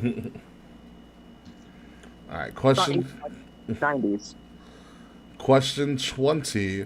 What song released in 2005 is the third longest running #1 song on the Billboard charts in history? What year? 2005 is the third longest running #1 song on the Billboard charts in history. No idea. Yep, It's gonna shock you. Okay, are we ready? The baby name from The Hangover was Baby Carlos. I didn't know that. Absolutely not. Whoop. Sorry about that. Speaker fell. The group that was featured on Jay-Z's Big Pimpin' is UGK. Bun B and Pimp C was named UGK, also known as the Underground Kings. I was going to guess Ian Rakim. Not even close. The Pope that took over for John Paul II is Pope Benedict. Benedict, that's Sarah right. Francis. Close. The hospital show, Will, after you corrected yourself, is actually House. Yeah, it's House. Mm-hmm. Also, House is one of the best endings to their show ever. I was like, oh, it's fucking brilliant. I'm not going to watch it. Oops. House was a great... Hugh Laurie was fantastic. Yeah, he's the best. Yeah. What do you mean he's House? Yeah, I always forget that he's British because he pulled up an American accent so well. Dude, so many British people do. I don't know how they do it. A lot of just watching TV, I'm assuming. Like Benedict Cumberbatch as Doctor Strange. I would not know he was like from overseas until you hear him speak. He's like hella British. Yeah. Do you guys watch Stranger Things? No, I've never seen an episode of Stranger Things. Oh. Eh. Will, do you watch it? I watched season 1 and I was like, it's fine. Oh. I didn't watch anything Well, else. the guy that played Eddie Munson is British. I was shocked. Huh. It's Collins. He has a great American accent. Yeah. Hugh Jackman's fucking Australian. He also has a great American accent. Okay, but song released in 2005, a third longest running #1 song on the Billboard charts in history is We Belong Together by Mariah Carey. I thought that too, but I didn't write anything. Belong together. That one, yeah. I love that song. Oh, it's great. All right, question 5, and then question final round, 5th round. Then we're gonna have the bonus question. So, question 21: released in the year 2000, Memento was this blockbuster director's first wide-released film. That's Christopher Nolan. Christopher Nolan. Yeah, Memento is a phenomenal movie. His next watched movie it in that's coming school. out, the next movie that he's coming out with looks fucking fantastic. I forgot what it's called, but I did see the preview of it. Once I just see like Syncope, I'm like, oh, this is gonna be some shit, isn't it? Oh shit. Question 22: released in 2006, what was the name of Neo's debut studio album that reached number 1? Say something. Fucking Neo. Yeah, don't shit on Neo. Neo's I'm not Neo. Neo is great. I'm glad he wears hats because him bald is so weird.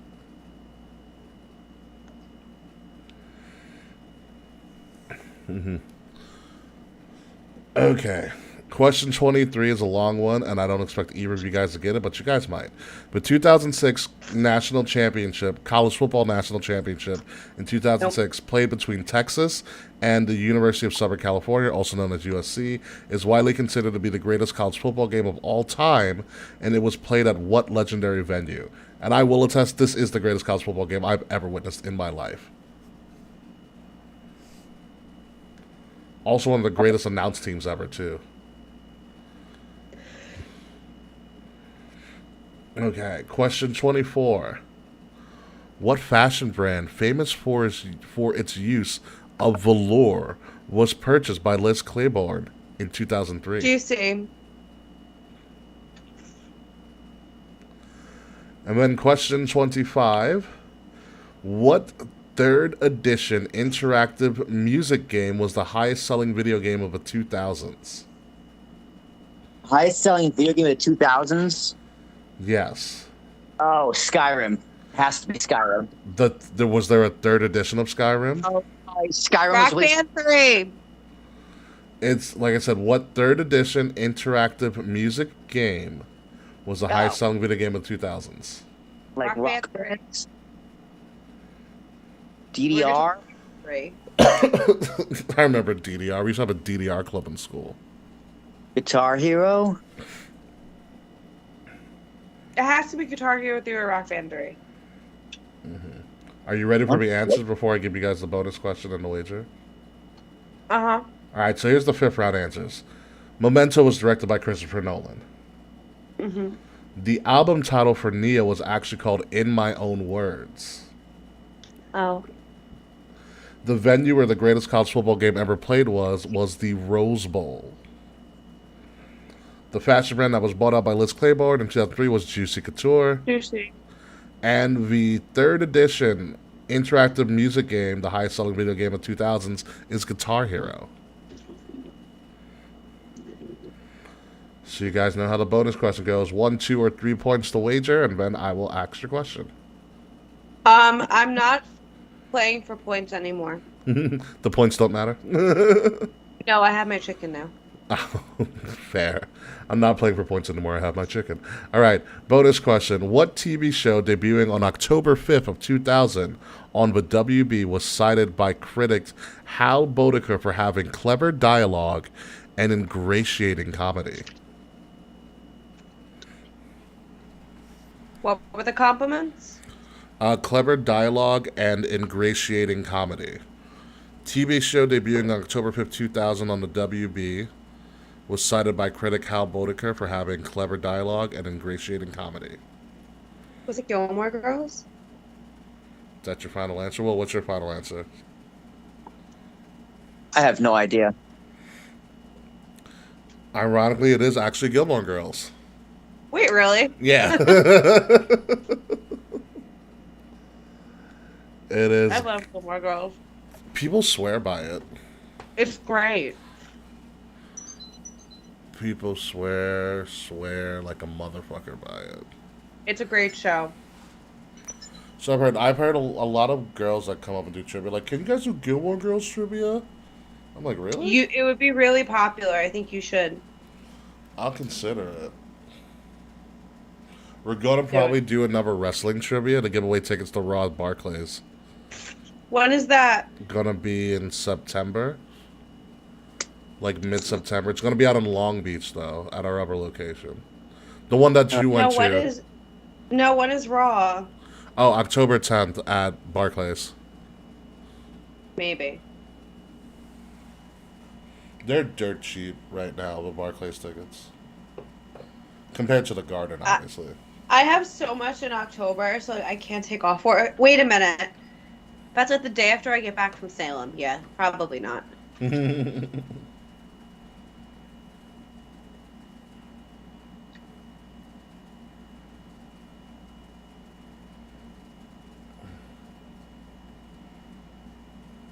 Guys, I'm gonna hop. I'm gonna try and figure out this audio. I have the audio in Audition, but I gotta figure out I'm not hearing it. You're not Yeah, I hearing would it? like Okay. to lay with my chicken. So do you want me to just take the lead with it, Will? Just take care of it this week. I'm gonna figure this out and see if I can fix it. All right, sounds good. All right, guys, thank you for guys who have stuck with us for so long, but we are going to get the fuck out of here. So, bye, everybody.